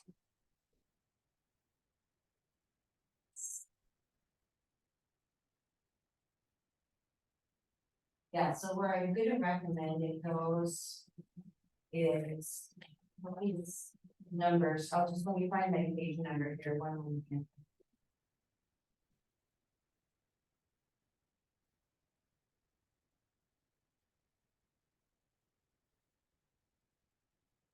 So it's under section 170-114, page 98. And that's the zoning review for uses other than 1 and 2 family residential uses. So that's what the site plan was for. Yep. And so I recommend under that section under A, where it says zoning use and site plan approval, that's our very sparse paragraph, right? Yeah. That's where we want to expand it. I'm looking at Teresa Anton. And so that's where I think we would, after A, we put a 1 in parentheses, and that's where we inserted that. That was my task, right? That's what you said, recommend where we insert it. The thing is that where it's inserted now is for conditional use permits only. I know, and so, It needs to come out of there. It needs to be referenced there, but it needs to come out somewhere else for references that any expansion you make. Outside of one single residence for a farm operation of some kind, needs to have. So in other words, you have a establishment that wants to put a patio in. They don't need a conditional use for that. They already have their use, but now they're expanding it. How do you control it? and that's the site plan, and that's what we need in this process. Yeah. So does that make sense, Teresa, to put it in there? In 170 where? 170-114, page 98, I think the pages correspond. Way towards the end. After your variances, So applications for rezoning and development.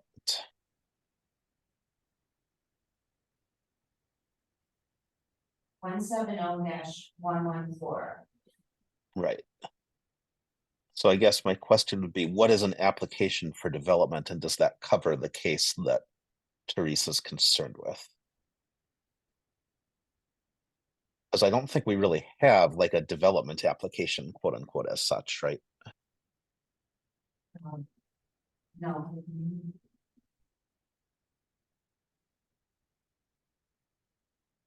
I agree that it needs to go in there, and somehow that language needs to get cleaned up to allow that to get in there, and then to add it into the other sections.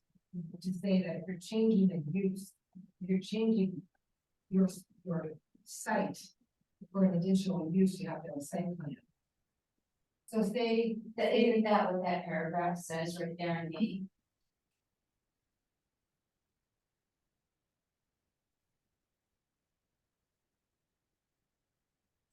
It said it right there. That it requires a site plan development plan review and approval by planning commission on board. And then. Right. If you're making an application for development, which is not very well defined, I think.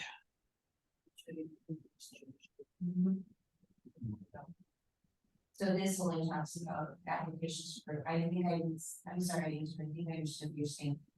You're saying this only says applications for rezoning and development for uses. yep, and that would be world.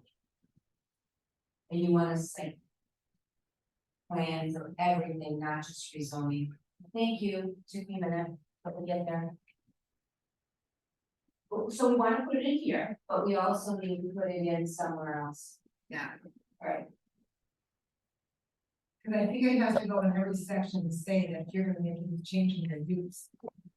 These sections, blah, blah, blah, blah, you know? So it needs to go under conditional use section, okay, now. Can you give me some leverage and I'll bring it back next month? Is that okay, Anna? Sorry, what? Can you give me time, I'll look in more detail at those sections and bring it back next month. We know it goes here, the one space I identified, but I'll look under the other space. Right. National use and such. Yeah. Okay, Yeah, I guess I don't know where all of the touch points are that they're required to come to the town. I mean, there's obviously, you know, if I'm getting a conditional use permit, if I'm rezoning, if I need a building permit, are there other points at which the applicant's required to come to the town, or we want them to be required to come to the town? And in each of those three cases, do we want a site plan? yeah, I think we do. So I'll look at the conditional use area, the straight up development. Could you see this, Could what? all the districts, I don't wanna put it, you don't have to put it in every district, but you do, that's where you want it, one in every district, okay? Alright, So somehow every district has to mention this. Oh my goodness, and plus, you have to look at it this way, if we have someone, you know, that's already got a use in the town. They already are existing here, now they want to expand. How do you control that? Because in the past, all they had to do is get a building permit and they're adding on their building or doing whatever. Now you're asking for a site plan, so you're sure that parking is meeting what it's supposed to meet, you're sure that if you want any vegetation installed to protect them from the neighbors, because they're expanding hours of operation. I mean, everything comes into play then. Because they're already here. And that's the big problem, when they're already here, how do you control that?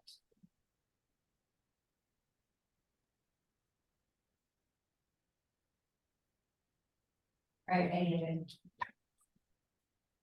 So you want it completely in every district, you want it in there, you also want it in additional use, and then we want it also in the street zoning section. Okay, got it. You know, the one thing, can I just ask this question to everyone else looking at this? Our chapter 80 81 requires a design and site plan review process also, and it's in there. And we also then require a concept plan, checklist, and application. What we don't have in 81 is a reference to those guidelines, remember the visual guidelines, is that online somewhere? We have that with the application for 81 in the checklist. I don't know, I have to check. But I come back to 81 because 81 really comes into play I know, at the beginning, right? not here. You know, that's what other towns have seen that you town of Somerset last week. They're getting a lot of issues, business have been in existence for 10 years, 20 years, and now all of a sudden they're expanding and they're going, wait a minute.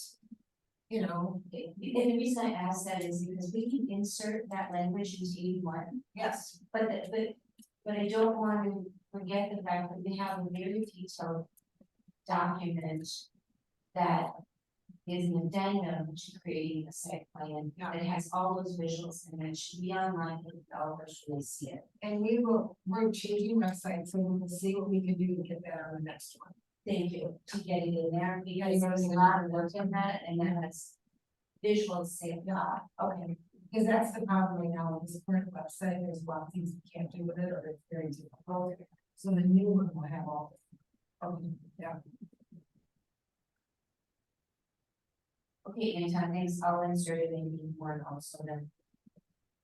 All right. Thank you, Teresa.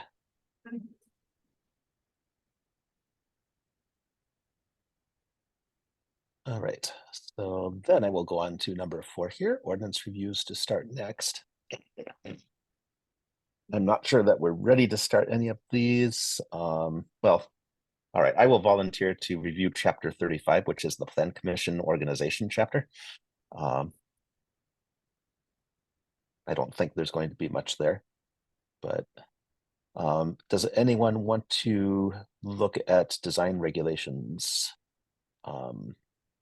Primarily to make sure that it's in sync with our zoning again. Yes, I will do it. All right, I'm Chris. touching my eyes together and saying to myself, this is painful because it's a lot of work. He created that thing and it's very deep. Yeah, I will take another look at it. Okay. That's we had it. She'll help you, okay. Great. Okay. Also, it's pretty, I think it's pretty darn tight. But this site review thing will make sure it gets in there. All right. Okay, so I'll look at Plan Commission. Chris and Carol will look at design regulations. There is a new proposed ordinance, which I will bring.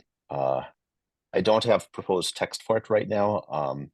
We do have something from the attorney, and I want to get one more pass at going through that and making it a little more consistent with our terminology in other places in the town. But just so you're aware, that'll come next month. And it's basically a permitting for commercial tents, primarily.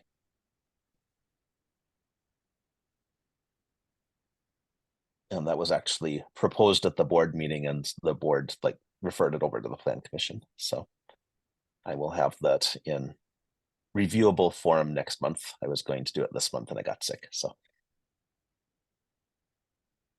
Right.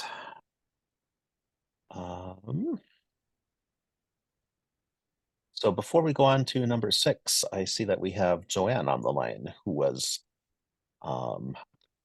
another person who was interested in the Plan Commission alternate position. So Joanne, are you there? And would you like to introduce yourself? Yep, I'm here. My name is Joanne Kutchik. I've been in the township since November of '85. We have been members of various groups in the township, mainly with community groups in the school, Holton School. My husband and I had 4 children and all went through Holton School, and been part of the school district activities for quite a while.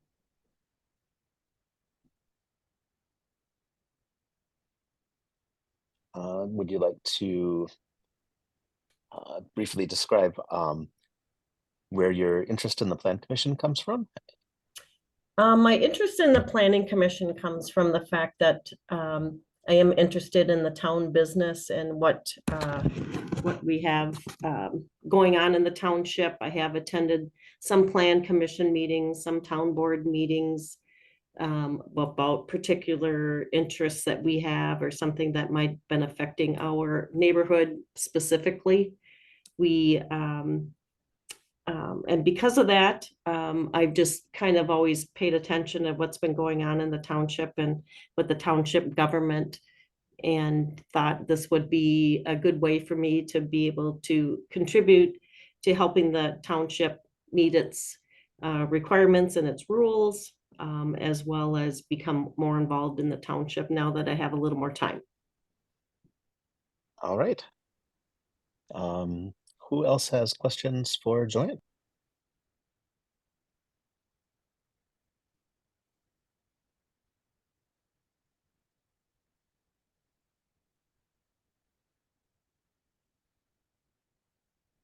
Hey, Joanne, it's Chris Natter. I had a question, I'm gonna ask the question I asked another person who's here with us. So if I'm hearing you, you're interested, you've got a little more time, you've been in town for a while. Is there anything in particular with the planning commission, what would you that you're interested in these specifics? I'm sorry, I couldn't quite understand your question. It was kind of garbled. Yes. Then get a little closer to the mic. Okay, sorry about that.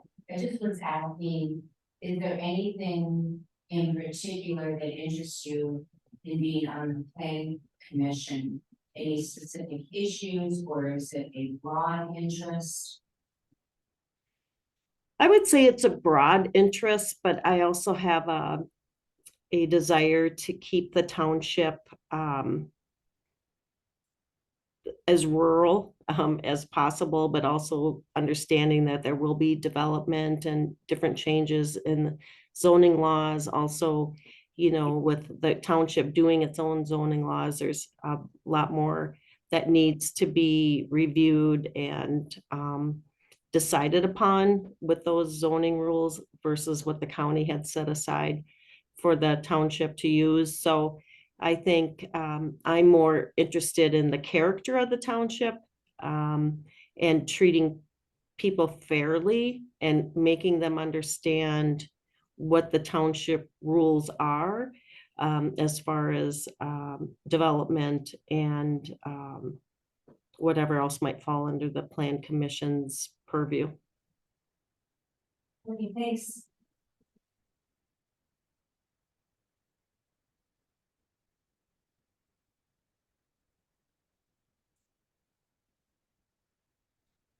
Anton, may I ask a question of the, oh, You yeah.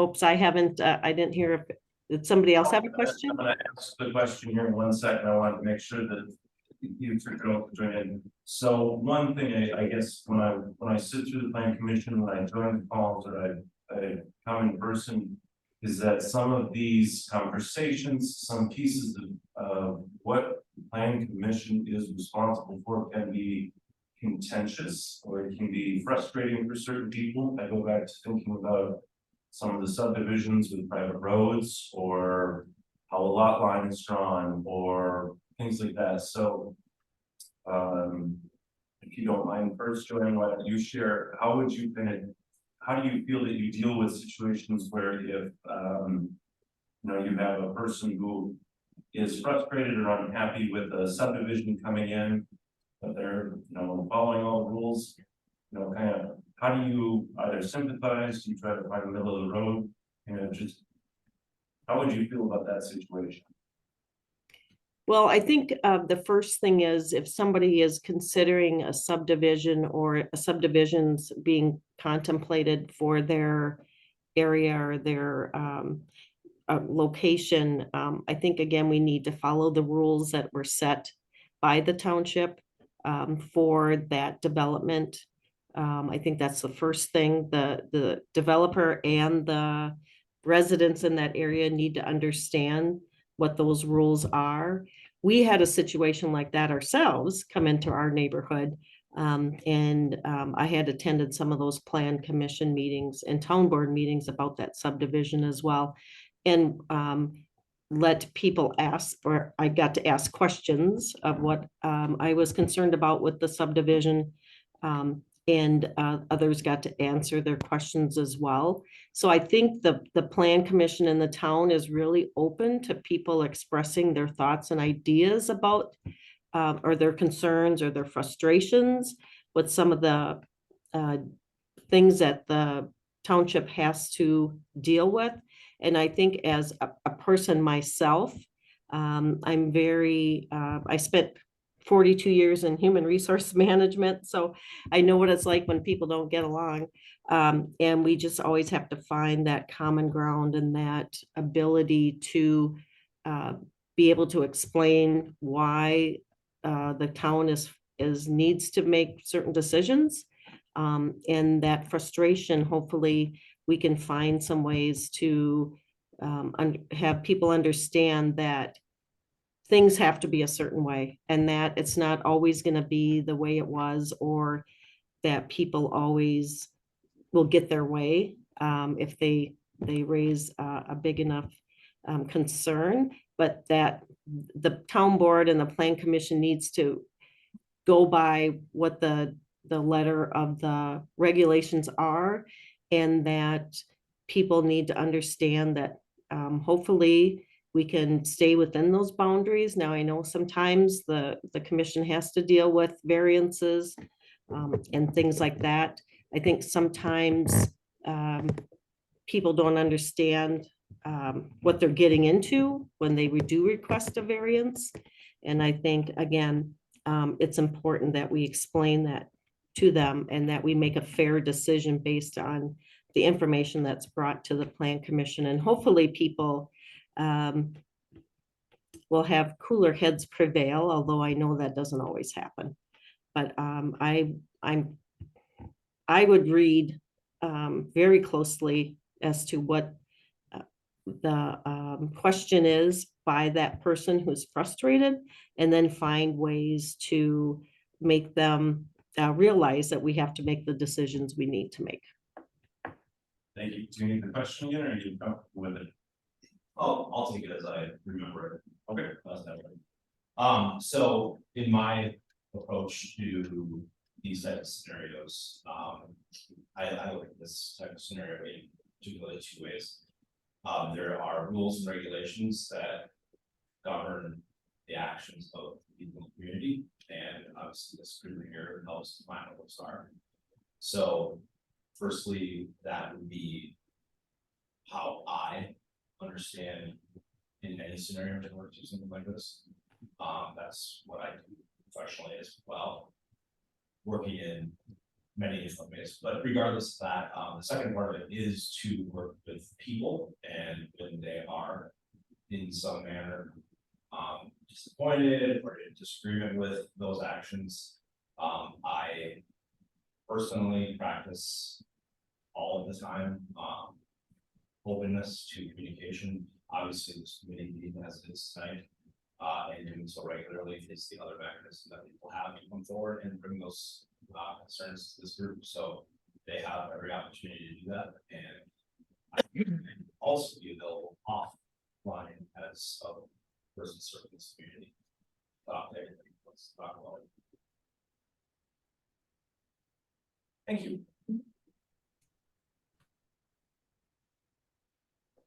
I won't be, I just had one question that I think is really for both Joanne and Craig. A lot of what we do is what we're just doing today is we are in the middle of drafting ordinances and making revisions to ordinances, and it's on us to research. We don't have city staff to do it. It's us, right, at the time. So maybe Craig, I'll just start with you, just your willingness to be able to do that. I'm completely willing to do that, and I would I came into this discussion with my expecting that that would be the case. That's how I am used to doing things, so that would be consistent with my expectations here. Thank you. Joanne, I just wanted to ask you the same question when you repeat it, or Did you want an answer to that question of yours? yes, thank you. Yes. Again, I'm very adept at research and really getting to know or be able to understand the rules and regulations as they are written. Like I said, I have over 40 years of HR experience with all kinds of laws and regulations that have come into play over those last years. So that's always my first point of reference, is to research and understand what the rules and regulations are. And I know you don't have a big staff and that you require or rely on your committee members to do that legwork. I'm very familiar with doing that and making decisions then and trying to understand and ask questions if I don't understand a rule or regulation, and how we should proceed with that. Thank you. May I add 10 seconds of comment? Just one additional thing, it's like, as Matt mentioned earlier, in the team of people that I work with today, our responsibility is to work on many standards bodies, for things like regulated traffic control materials, various roadways and signs. We work on commercial buildings, windows and other things that are all regulated. So we have people in our organization. What we do as part of our responsibilities to work on those regulations for those spaces, and research obviously is how that works. So that's consistent with what we do. Thank you.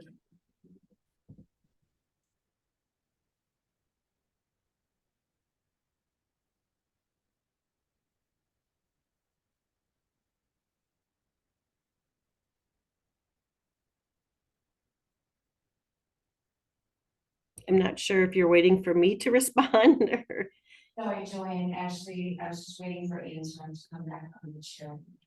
He's online also. Okay, okay.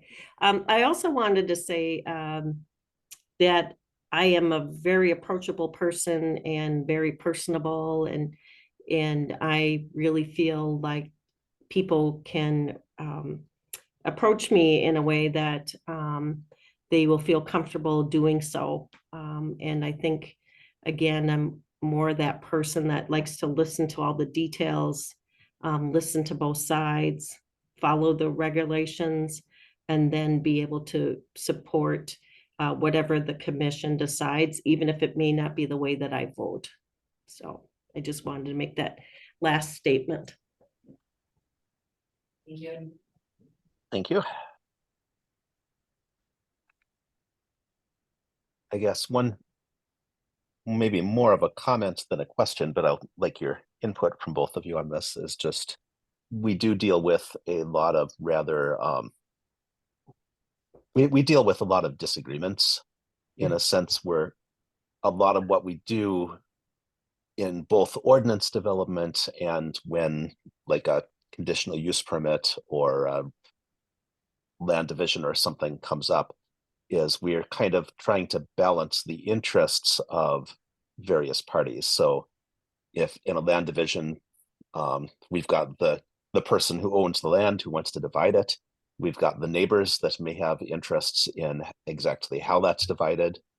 The town has interests in, for instance, how our roads are laid out, to make it easier for us, easier to plow, for instance. So I'd say one thing that's really important, as a member on the committee here, is to be able to listen to all sides and come up with, I'm not going to say that we can't always come up with something that pleases everyone. So we need to be able to set aside our personal feelings and the ways that we may sympathize with one or more of the parties involved, and come to a decision that's based on the law, or the town's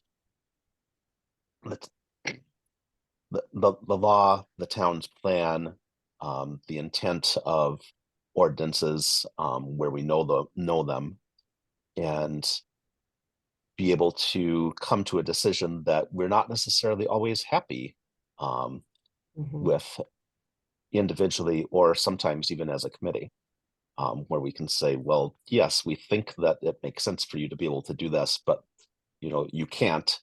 And at that point, we've occasionally, for instance, made a recommendation to the town board to say, hey, you should revisit this ordinance, or you should deny this application because of this wording someplace, even though our personal opinions may go one way or the other. So I just, like I say, more of a comment, but I'd like to hear your commentary on that as well, just in terms of being able to deal with people that are upset, deal with conflicting interests, and be able to do it in a way that is even-handed in all cases.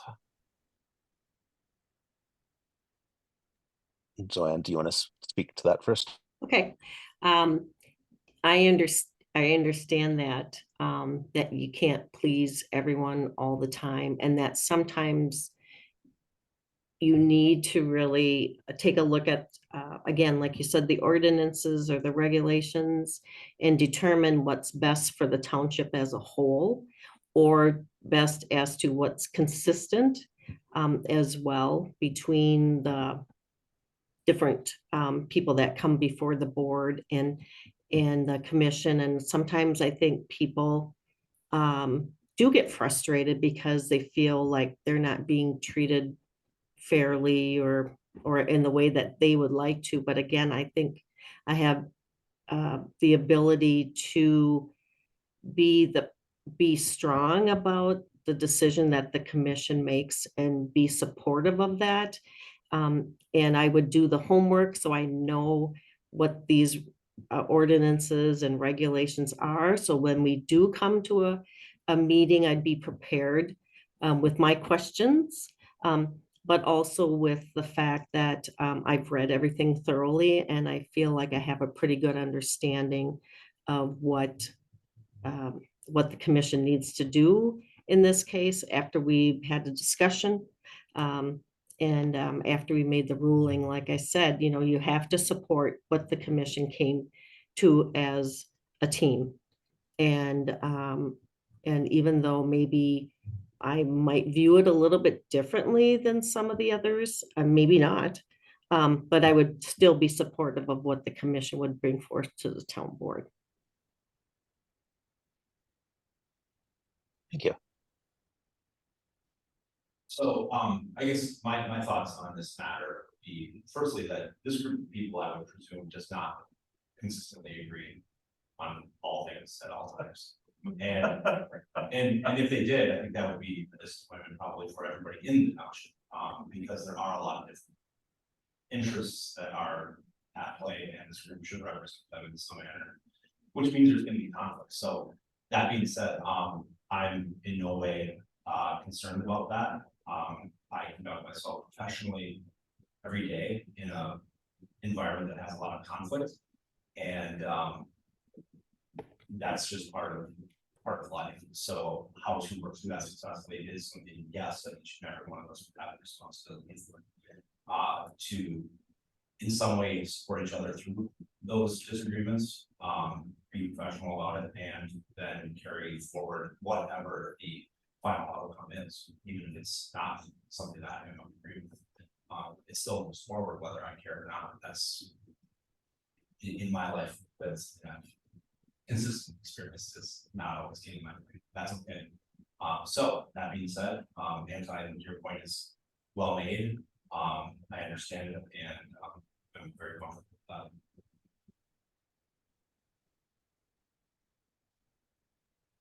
Thank you. Other questions for the applicant?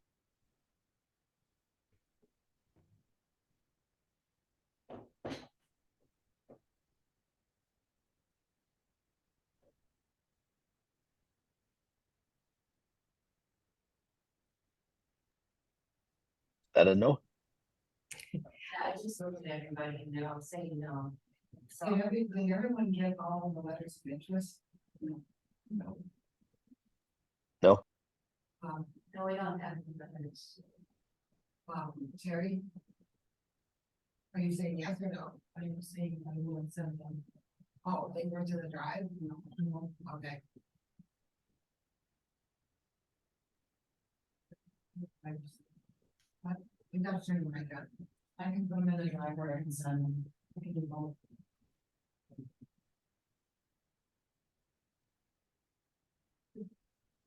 Well, I think we can go another month here. So let's revisit this next month. Thank you, Craig and Joanne. And I think next month we will make a recommendation to the board. That gives us all some time to think. And if there are other people, they can potentially come in too. And Craig and Joanne, we will let you know, but I would say, I would suggest come to next month's board or plan commission rather meeting, if at all possible. Yeah. And I think we'll be making a recommendation to the board at that meeting probably. Okay. Yes, I can make the meeting next month, so I'll definitely be there. I have didn't realize that this would, my work would conflict with this meeting tonight. So going forward, I would always make sure that as much as possible, I would not have a conflict with attending the meetings going forward. So I appreciate this opportunity to talk to the commission and to be able to express some of my thoughts and about being on the commission. So Yeah, thank you. thank you. Both. Thanks to you all. All right, it's a little unorthodox in the interview process, but I didn't have any expectations, so thank you very much. Thank you.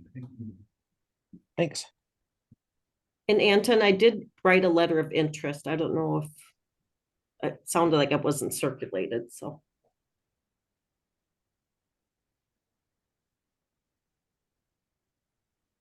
I do have a copy of it.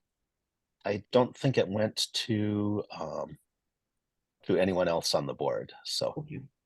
I will make sure. Terry, can you, let's see, Terry, you've got that right? Or Teresa has it. Teresa, can you and Terry make sure that everybody gets a copy of that? I didn't hear what you said. They're letters. Okay. The letters of interest. All right, thank you. All right, thank you. Thank you. All right, we can move on to number 6, standing items. Any updates from the county that are of interest? Terry, you heard anything from them? I'm sorry. What was the wrong any updates from the county? thing? No. Okay, sorry. No, it's okay. That's fine. All right. Any comments on the budget?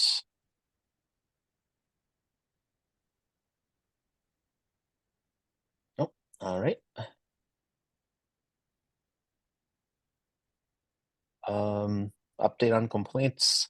I'm tempted to just take that one off here because complaints generally are being dealt with at the town board meetings. But if Teresa, if you've got anything that you want to say here, feel free. Only that there's a whole list for everyone. So, if you have time, she will let you know. I was gonna say, Teresa, can't they take it off, and if they have a complaint that's sent to the board, then they can put it back on? I would say you can take it off. And so there appears to be one supervisor sitting in my seat who seems to keep bringing them up. There's a supervisor sitting in your seat. Yes, there's a supervisor sitting in my seat who keeps bringing up the complaints. But no, I mean, it's honestly though, it's the thing that I look at it as you guys work really hard to settle these rules up, you guys go through it. You try to make the best possible judgment, and it's our job to make sure that everyone plays by the same set of rules, right? I think even the last board meeting said very well, is we don't pick winners and losers, we're just here to make sure that everyone's planning. So. For me, at least, I'll say thank you guys for putting it all in, because you just built a whole lot of stuff out before it ever comes to the. Yep, thanks. Yeah, I think the original reason that we put this on was in part because we did after switching to our own zoning, we did want to know how things were going with the properties that were problematic. And I think that things have settled down enough that there's not really major shifts from month to month here. I'd say that, you know, if people are interested, the board meeting usually discusses at least some of this with Jay. And if the board has something that they want us to change based on complaints that are coming in or the way that various issues are being addressed, they can always bring that back to us.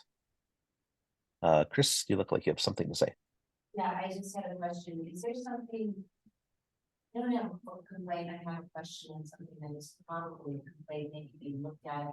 Just is there a status on, there's a residence here, like kitty corner from the town hall that appears to be doing business, on the property with, if you look back there, there are feet high of big logs that have been brought in. I'm just wondering if that's being. Jay's on that. Okay, thanks.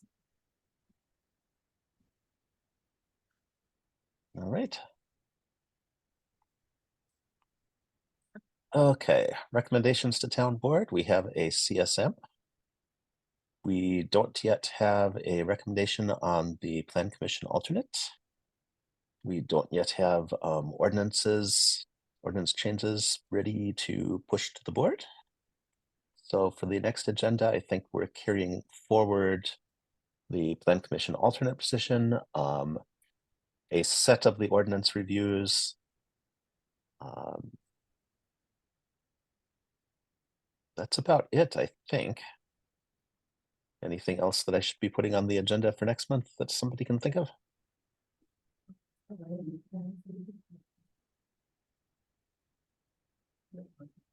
Oh, Chris? I was gonna make a motion to adjourn.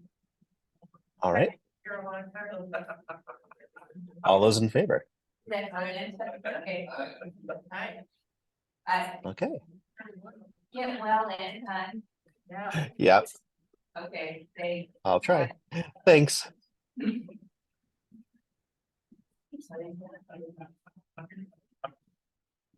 Picture the little Boy Scout who came up to my house selling me a wreath. Trying to. It just got a little lever on one side. Pop up. Right? I. I'm gonna tell him, gotta go to the town board. Let's go. For that story. Each one goes in and that's like. Oh. I gotta do it. Okay, this can't be the man. I gotta do it and everything. You pull the bell charger. I hate this laptop when it was free, so. Turn green. Yes. Yeah. Connect. So what is it? Two permanent.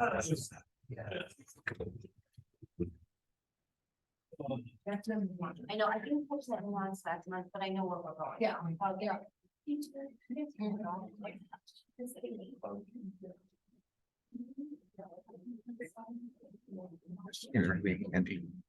We paid enough money for it, I don't care. It should be good.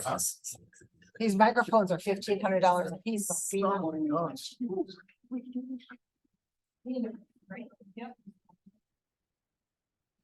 We used to, and I was expecting to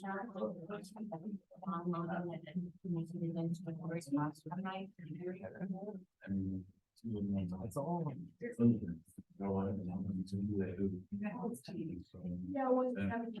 What is this? Keyed?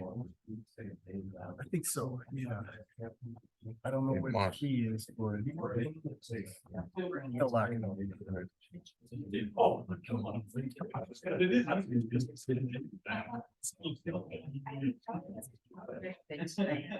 you tell Anton was not on?